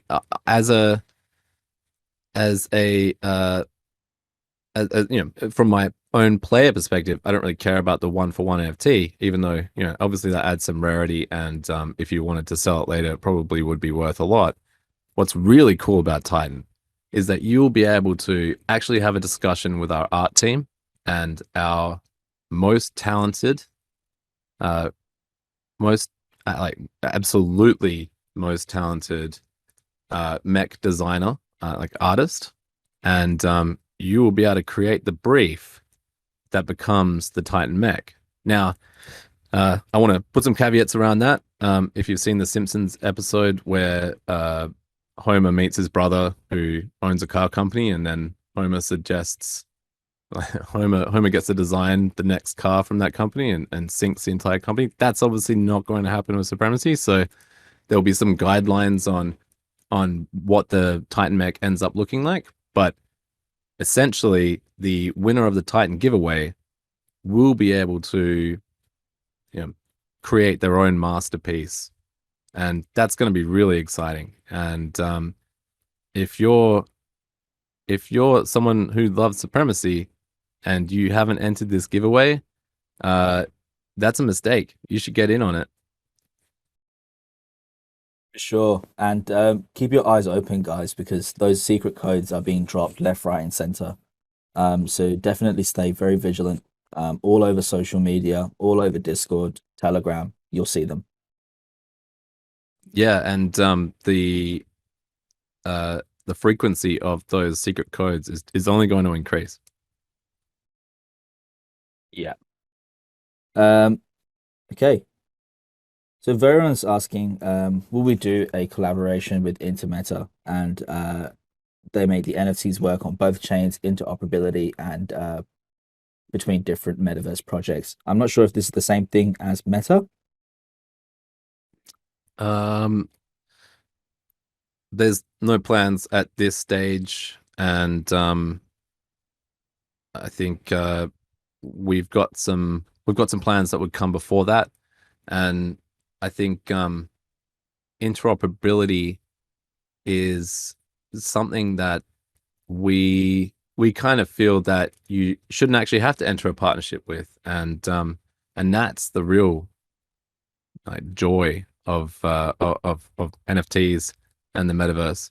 And I think we've spoken about potentially accepting NFTs from other communities and including it into our gameplay and mechanisms before, and we have something in the works along those lines. So now that's not to rule out other partnerships and collaborations. And if anyone was to actually come to us and say we have this idea, good chance we would jump at it, because demonstrating what you can do with NFTs and the metaverse, as it were, is something we're committed to. Newt has a question. He's asking about purchasable and upgradable tech for player-run syndicates. Is that going to be a possibility in the future? I don't really understand the question. Sorry. So the question is purchasable, upgradable tech for player-run syndicates. So I think he's asking, for the specific player-run syndicates, are they going to be able to buy and purchase their own sort of tech they make for themselves? Yeah. So when we go, land and production, player syndicates will, they're essentially corporations, right? So they'll obviously be able to, participate directly with the economy, and again, they'll have obvious benefits over players who are trying to do it alone. And you'll see player syndicates. They're actually more like small businesses where it's one person who's the director of that syndicate, and they have employees just kind of working for them. You'll definitely see that, and then you'll see more like cooperative player guilds who are working strictly together. And we actually have two types of player syndicates. You have your traditional corporation style private company that has a board of directors, and then you have a decentralized autonomous syndicate who essentially works as a collective and can vote and govern their syndicate together rather than having a strict leader or board of leaders. So there'll be some interesting politics and economic benefits for both types of syndicates. Okay. I see Atakan ask, how long goes the AMA? Essentially until you guys run out of good questions. It's ask me anything, and I'm committed to that. So until the good questions run out, I'll keep answering them. So yeah, Adakan's also asked, when land comes to Supremacy, you can only buy it expensively, or you have to earn it in battle. There'll be a mix.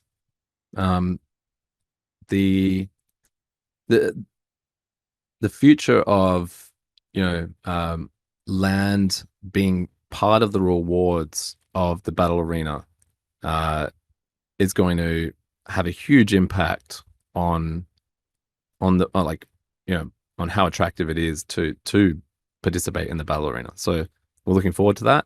But obviously, a lot of the land will be pre-sold, much in the same vein as Illuvium, although we will be selling them in SUPs, not Ethereum. And there's like, to go back to a prior question about runway and surviving crypto winters, the land sale is something that will likely fund the future of the that game of Supremacy, the essentially like real-time strategy / economic simulator, and that'll kick it off. So when you see us start to talk more about land outside of AMAs, that's when you know something big is coming. Right. And Tatin is asking, do you have any plan with overcharge of Xi? We've been dealing with overcharge sabotage.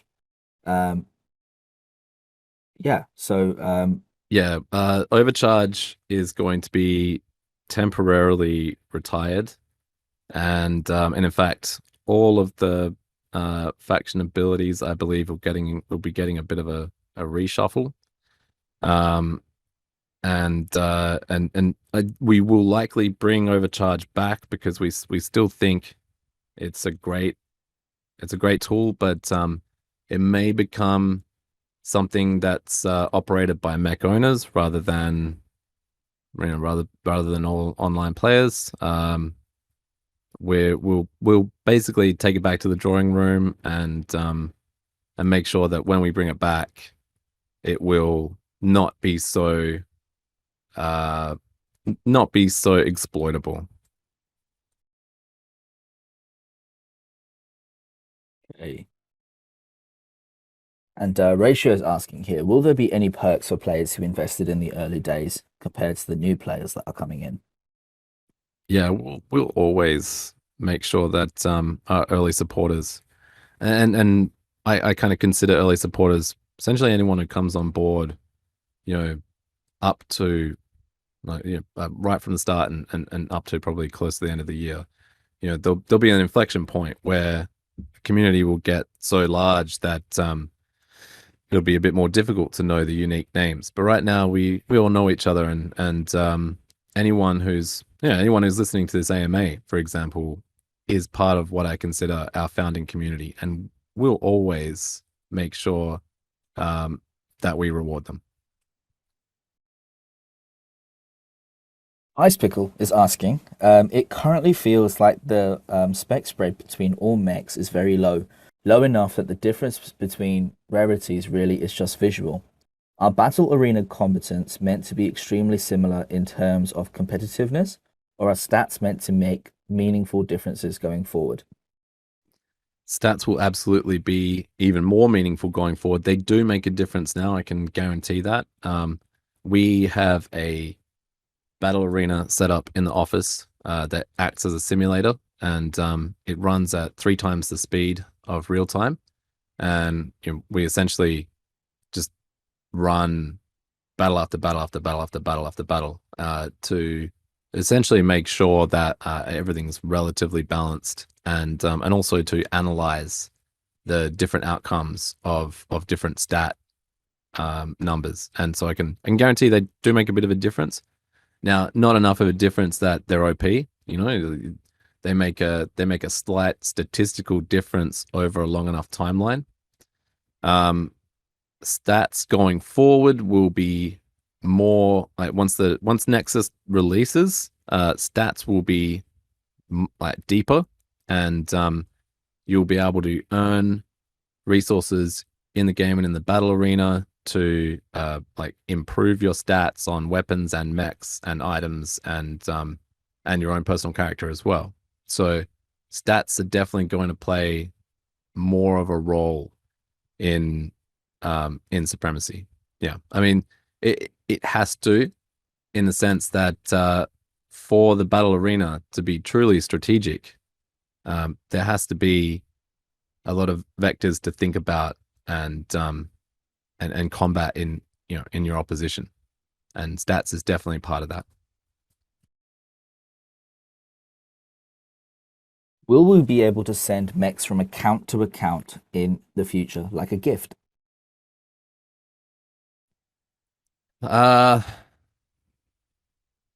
Perhaps. It might be something we bring into the player syndicates rather than something you can just do directly.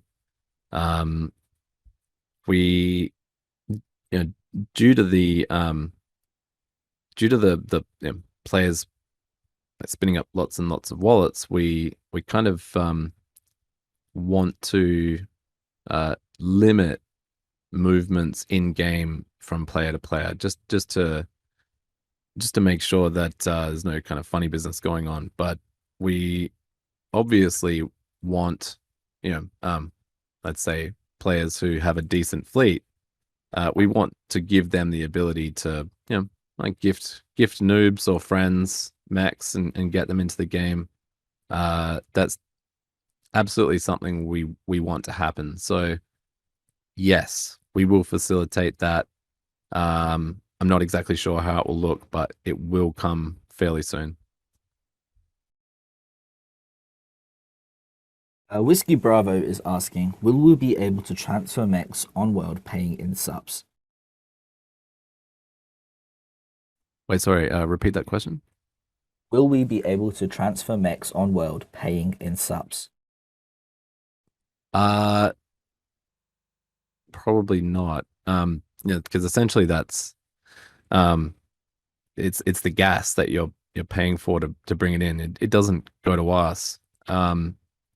The challenge, I mean, maybe I this is not really something that I want to talk to at this point, and I know John would definitely have some opinions, and if he was part of this AMA, he would be all over that question. He's currently holidaying in South America, so any of our Brazilian community, maybe you'll actually run into him. Yeah, let's put that in the maybe pile, and if players really want it, head over to the roadmap and either introduce it to the roadmap, to the proposal list, and or vote on it.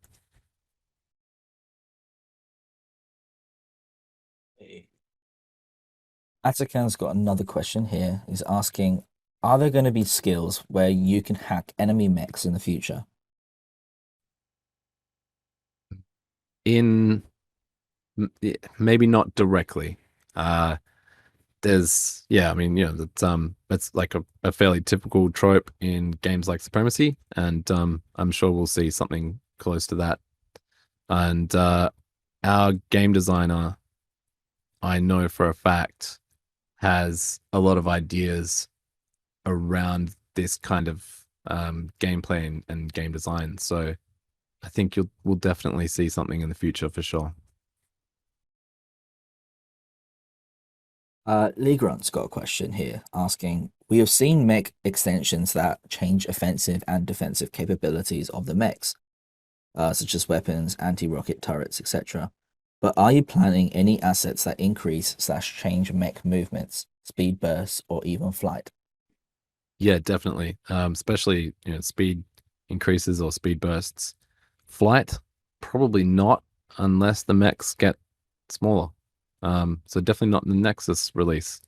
You know, the physics required for a 6 to 9 story mech to fly is I mean, yeah, it doesn't make sense. And the jets required for that would probably scorch the entire battle arena. So I don't think we'll see flight anytime soon, unless we, you know, maybe in a future range of mechs, you'll see, you know, smaller mechs that maybe have the ability for flight, but it's not something that we're actively thinking about or working on. Hey, still keep your questions coming, guys. Tatin is asking, I think boss fights will be really awesome at some point, like the 3 factions will kill this big battle arena boss. Is there something like that in the planning? Yes, actually. And it was something we had been thinking about right from the start. Like you know, it's still 3v3v3, but maybe there's a shared enemy in there, and the faction that kills the shared enemy, you know, has rewards or it has an impact on the actual story of Supremacy. There is something coming like that, and in with Nexus, you'll see the introduction of the story mode battle arena, which over the coming months will definitely include more world building events. And I'm going to leave it at that because there's a lot of this stuff is still work in progress. Koi's asking, for now we can only throw subs on mech abilities in order to help our team. Will there be any plans for controllable weapons like turrets and tanks in both VR, Battle Arena, or both? Yeah, there's tons of stuff like this. The new gameplay that's coming over, I'm just going to say over the next year, will bring in a lot more mechanisms that are not as directly tied to spending subs. You know, it's obviously the, you know, paying homage to Gabs and getting access to Gab's impressive weapons will always be a part of the battle arena, but there'll be a lot more ways to interact with the battle arena that don't include the, you know, the expending of subs. Hey, we've got a question here. Any ETAs on player controlling the mechs? Soon, really soon, pre-Nexus.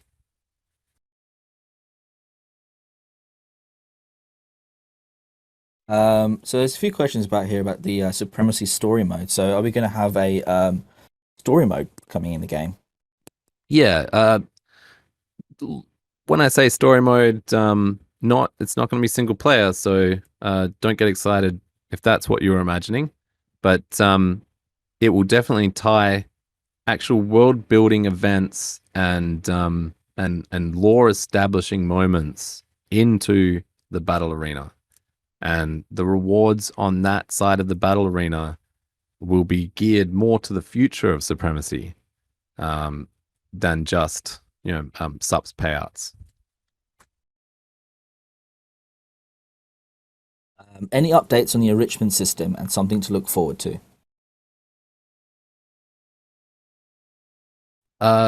Enrichment center is it's quite a bit away, if I'm going to be honest. It's closer to, I think that'll come out when the like land and production facilities come out, because it's very much tied into that side of things. Yeah, there's no like strict ETA on this one because we are more focused on the first person shooter right now, Supremacy Human Resistance. Right.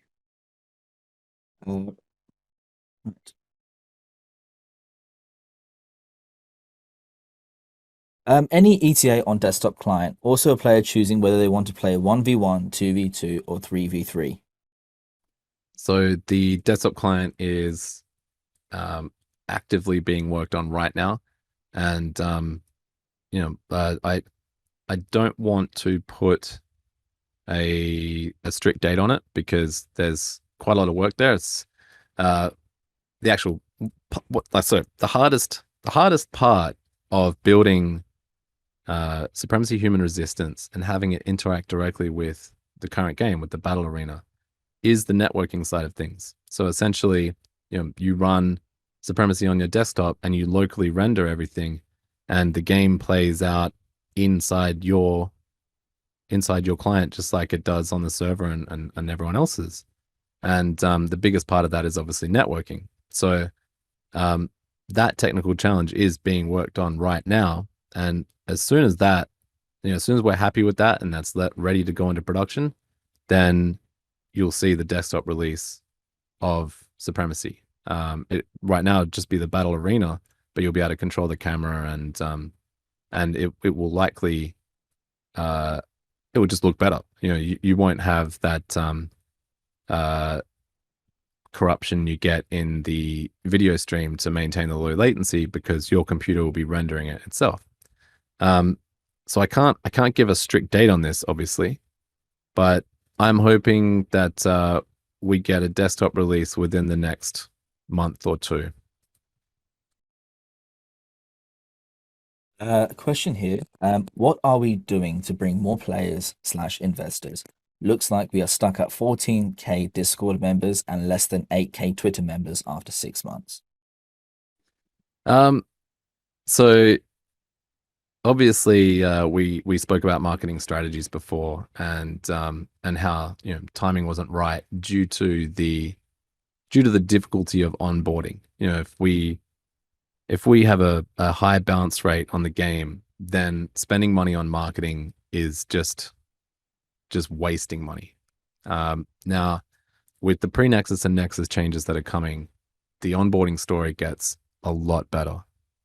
And once we're happy with it, once we can say that our bounce rate is what you would expect from a good and fun game, then we ramp up that marketing strategy. Now, on the short term, we're traveling.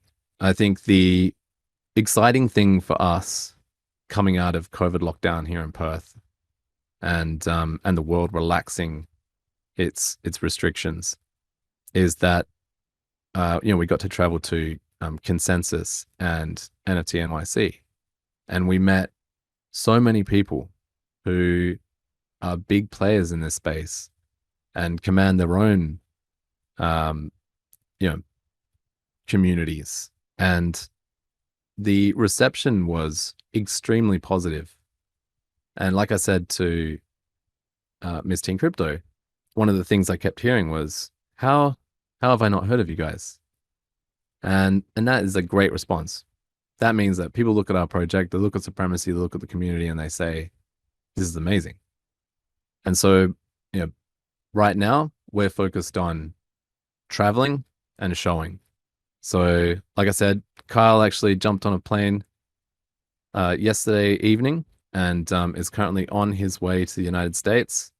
And he's carrying with him some impressive tech to make sure that we can demo Supremacy, including the first-person shooter prototype, wherever he goes. So that's absolutely going to have an impact, and I can actually tell you that from our own analytics, that just traveling to NFT NYC has had an impact on our even just on our website visits, let alone actual action within Discord. So it's a two-pronged attack. We continue traveling, continue networking, and we are spending a significant amount of engineering and design talent on reducing the cost of onboarding. Okay. Amos has a question here. So he's saying, just to confirm, I did hear it right that OC would be temporarily disabled in the future. but it would eventually be brought back again. So if it ever comes back again, what do you think of the idea of somewhat a log summary of who spammed the OC after a match?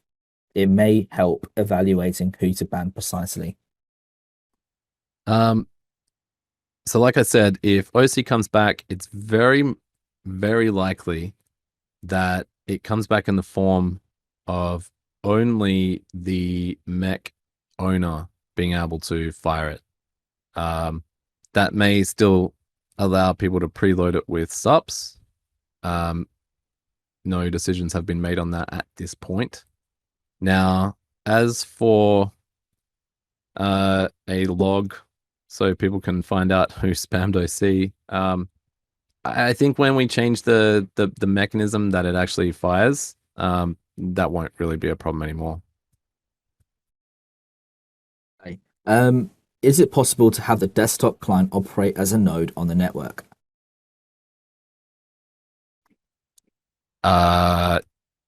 Probably not. The latency just going directly to our servers, which are already kind of clustered around the world, will always be lower than player to player. I guess like I've seen in fact our streaming technology does have the ability to stream to someone on your local network. We don't use this; it's not turned on, but it is like it's possible. I personally don't like things that do that. I want to know where and how my bandwidth is being used, and I mean maybe you can make it opt in, but I actually don't see much benefit over just connecting directly to our servers, who they have 10 gig connections each, and they're strategically located around the world. I don't think player desktop clients acting as nodes would bring much benefit, and would actually just add another complexity that makes potentially customer support a bit more difficult. King is asking, do you have any plans on making an application on mobile phones?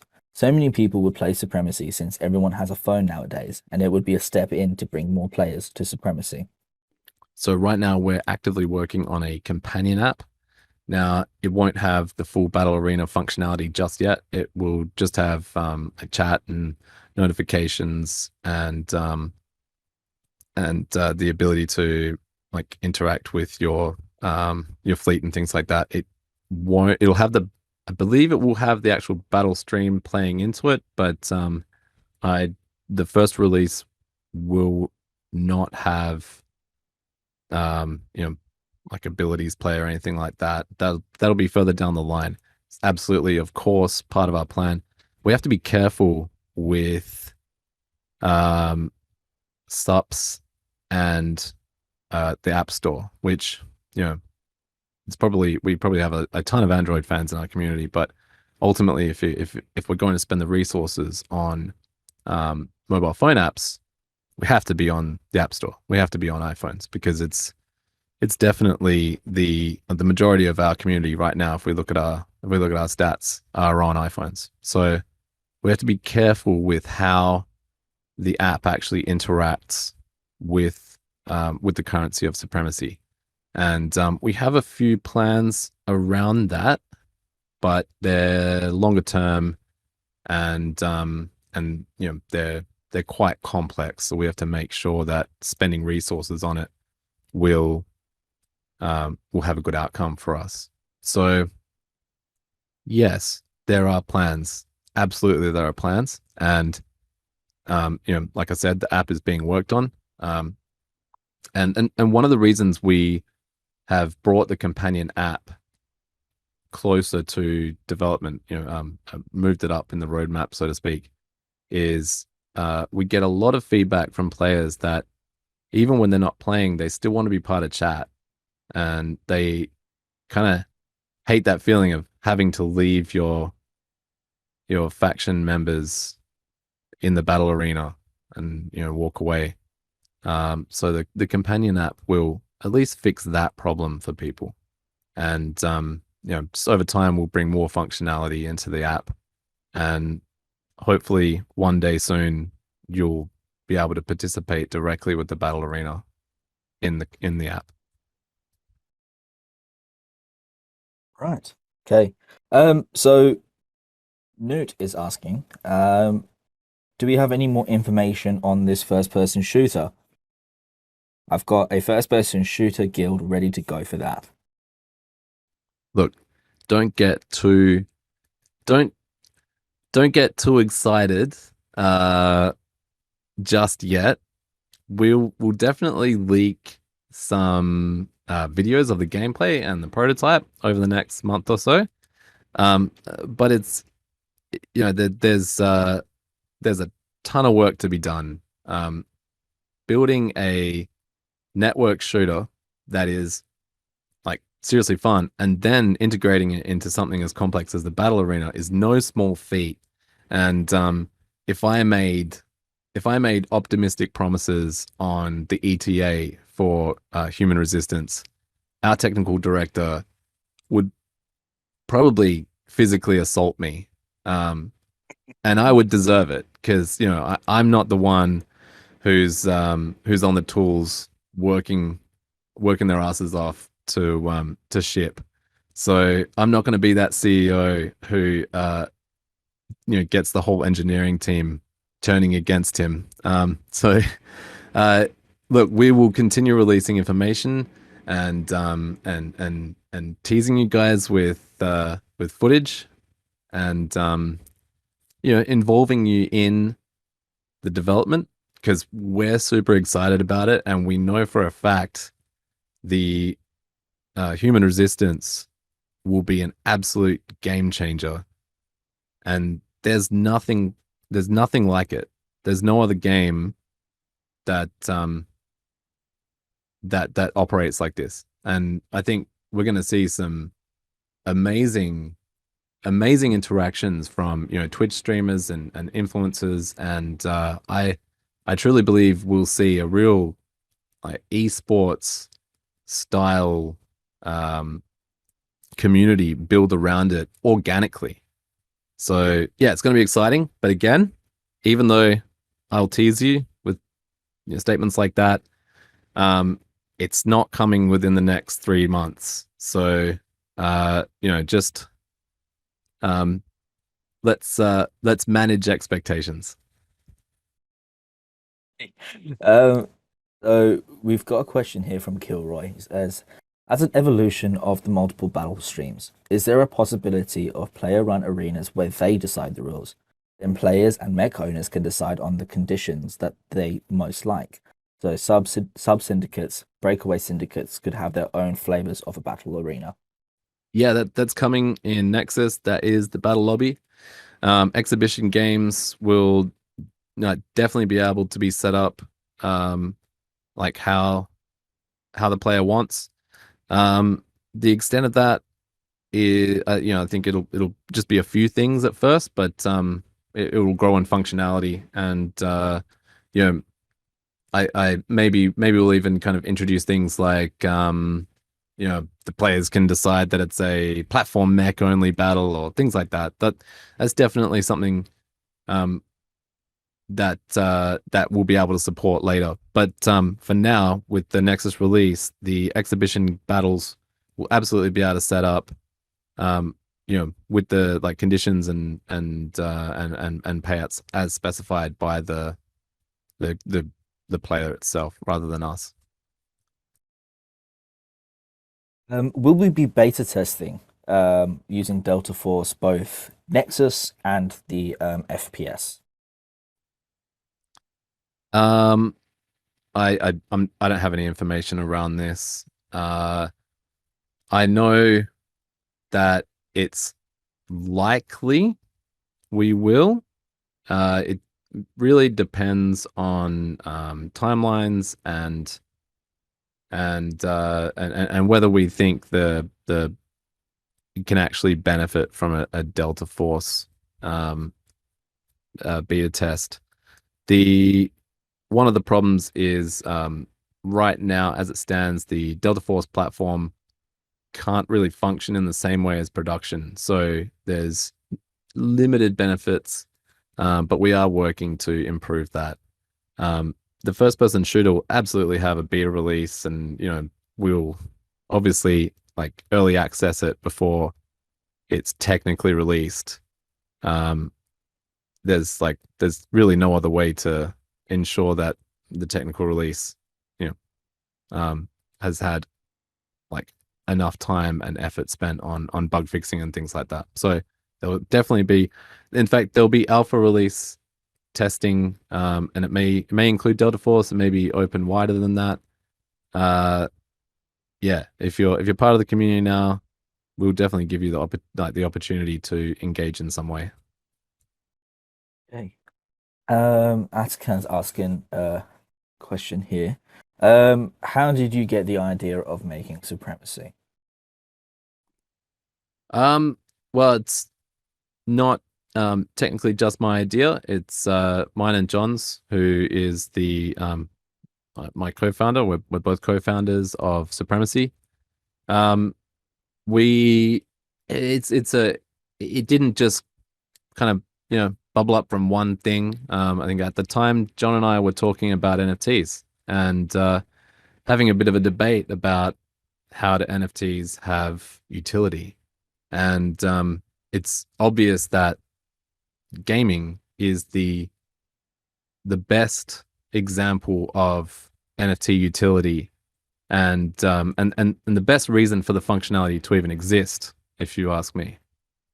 Now, we also had a similar idea to the Supremacy Battle Arena prior to our kind of conversation and establishing our philosophy on NFTs. And the concept of a 24-hour streaming arena was always something we wanted to do. And then Supremacy was the marriage of these two ideas. And then just with both of us kind of having a love for sci-fi and both real-time strategy and first-person shooter games, Supremacy is the culmination of all of our influences from science fiction and video games. So I can't point to one point in time and say that's when Supremacy happened. It evolved out of several different conversations, several different ideas, and then as soon as we brought in the rest of our team, this evolution sped up. So I can't point to Supremacy and say that's all my idea.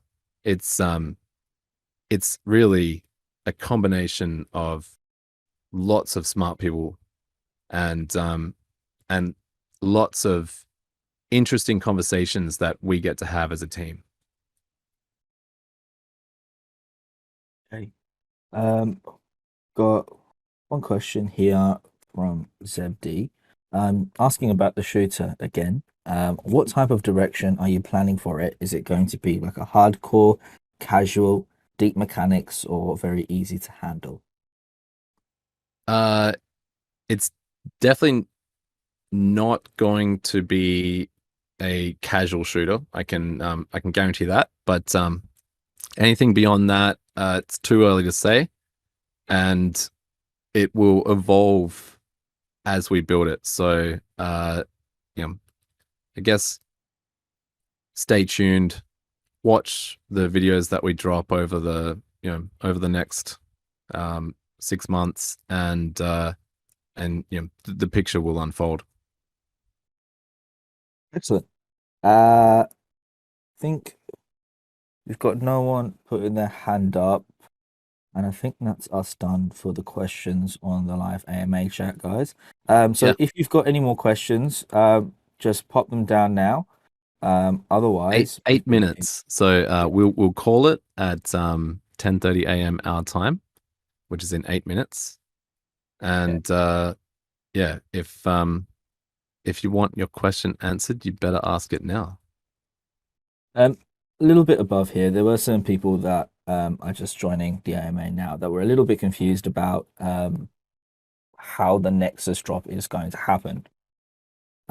So Okay, so I can speak to that.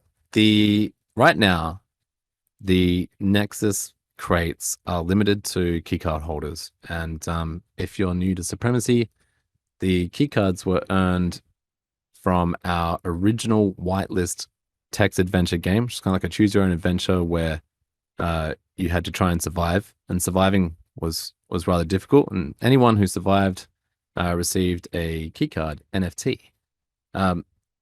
Not knowing what that keycard would get them. Now the keycard actually got you access to our original whitelist sale, and you just needed one. For the Nexus sale, it got you into the pre-sale, which is a discounted sale, and you get to buy a crate, 10 crates, weapon and mech, per keycard that you hold.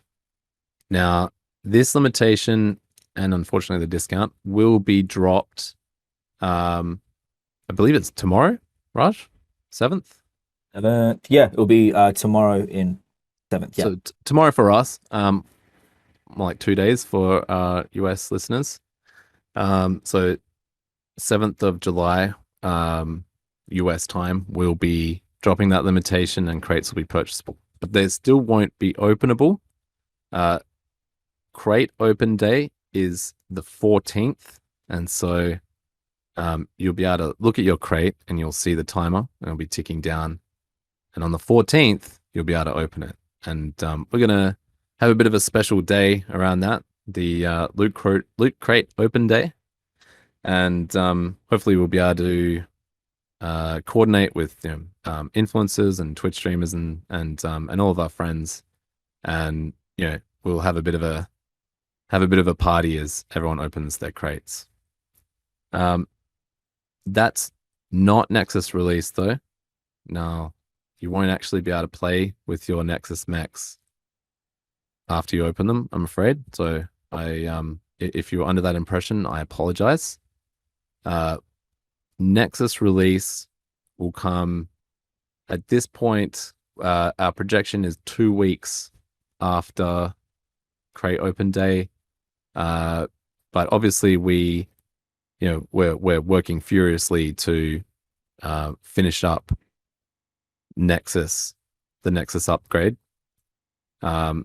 So we don't have a hard date as of yet.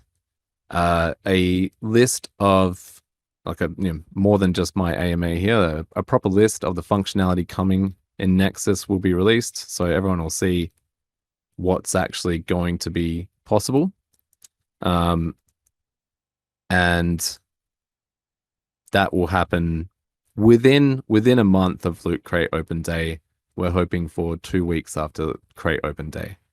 Now, at the same time as the push to Nexus is happening, we will be releasing several patches with quality of life improvements and small gameplay mechanism improvements and improvements with the battle stream and the actual AI for the mechs as well.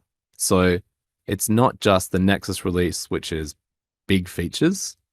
There's also a lot of minor but important improvements to the existing Supremacy ecosystem. So, and this includes like player syndicate, like the ability to form player syndicates, and improvements to the Gab's abilities system, and a bit of a shuffle in abilities, and also we'll bring in player abilities. So as a player, you'll actually be able to have an ability that's yours to use, not shared.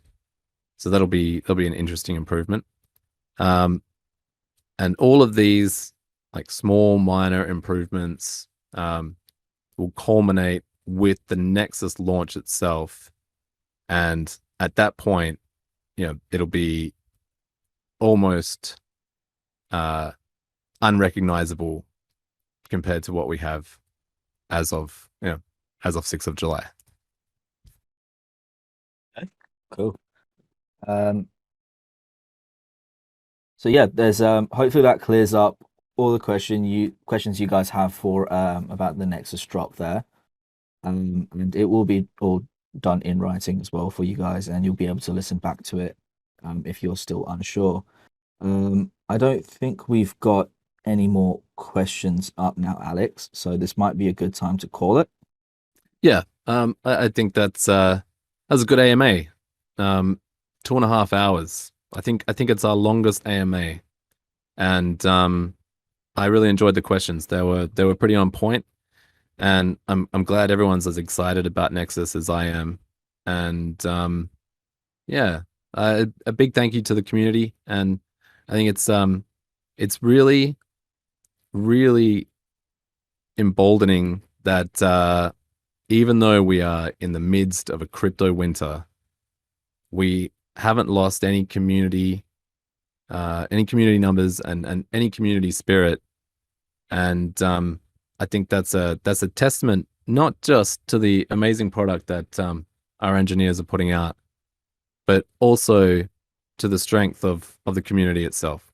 So thanks everyone, and yeah, we'll keep doing these AMAs, and you can ask me literally anything.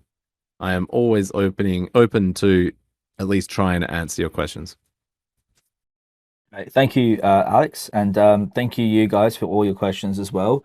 If you've got any more questions, just pop them back on this live AMA chat, and they'll be answered to by us community mods and everybody. I do want to quickly jump in, and I see Newt Mofo has said running out of excuses on why work's not being done. I want to clarify that I never make excuses. I may offer explanations, but you can guarantee that we are hard at work at it. You know, this is not your typical game studio, or especially NFT project. We are working our asses off, and you know, like I said, and I think like most of the community have experienced, we'll include you in that. So you know, whenever there's a big push in our office, we'll send you photos of the pizza that I'm buying the team. I'm looking forward to that pizza. Well, don't look too forward to it. Probably just be Domino's. Yeah, that's still pizza's pizza. That's true. There's no such thing as a bad pizza. That's true. But yeah, okay. 10:30 now. So again, thank you so much for coming on, guys. This will be up on YouTube eventually for you to listen back to. Yeah, otherwise keep the questions coming on chat and we'll get to them. Yeah, we'll try to do an AMA weekly. It's incredibly busy here in the Supremacy office, and the leadership team, like I've said before, are traveling extensively. So sometimes it's a bit difficult, but we'll do one at least every fortnight. So if you've got questions, note them down, and I'll answer them. Awesome. All right, guys. We'll be closing this off now. So thank you very much, and we'll speak next time. Thanks, everyone.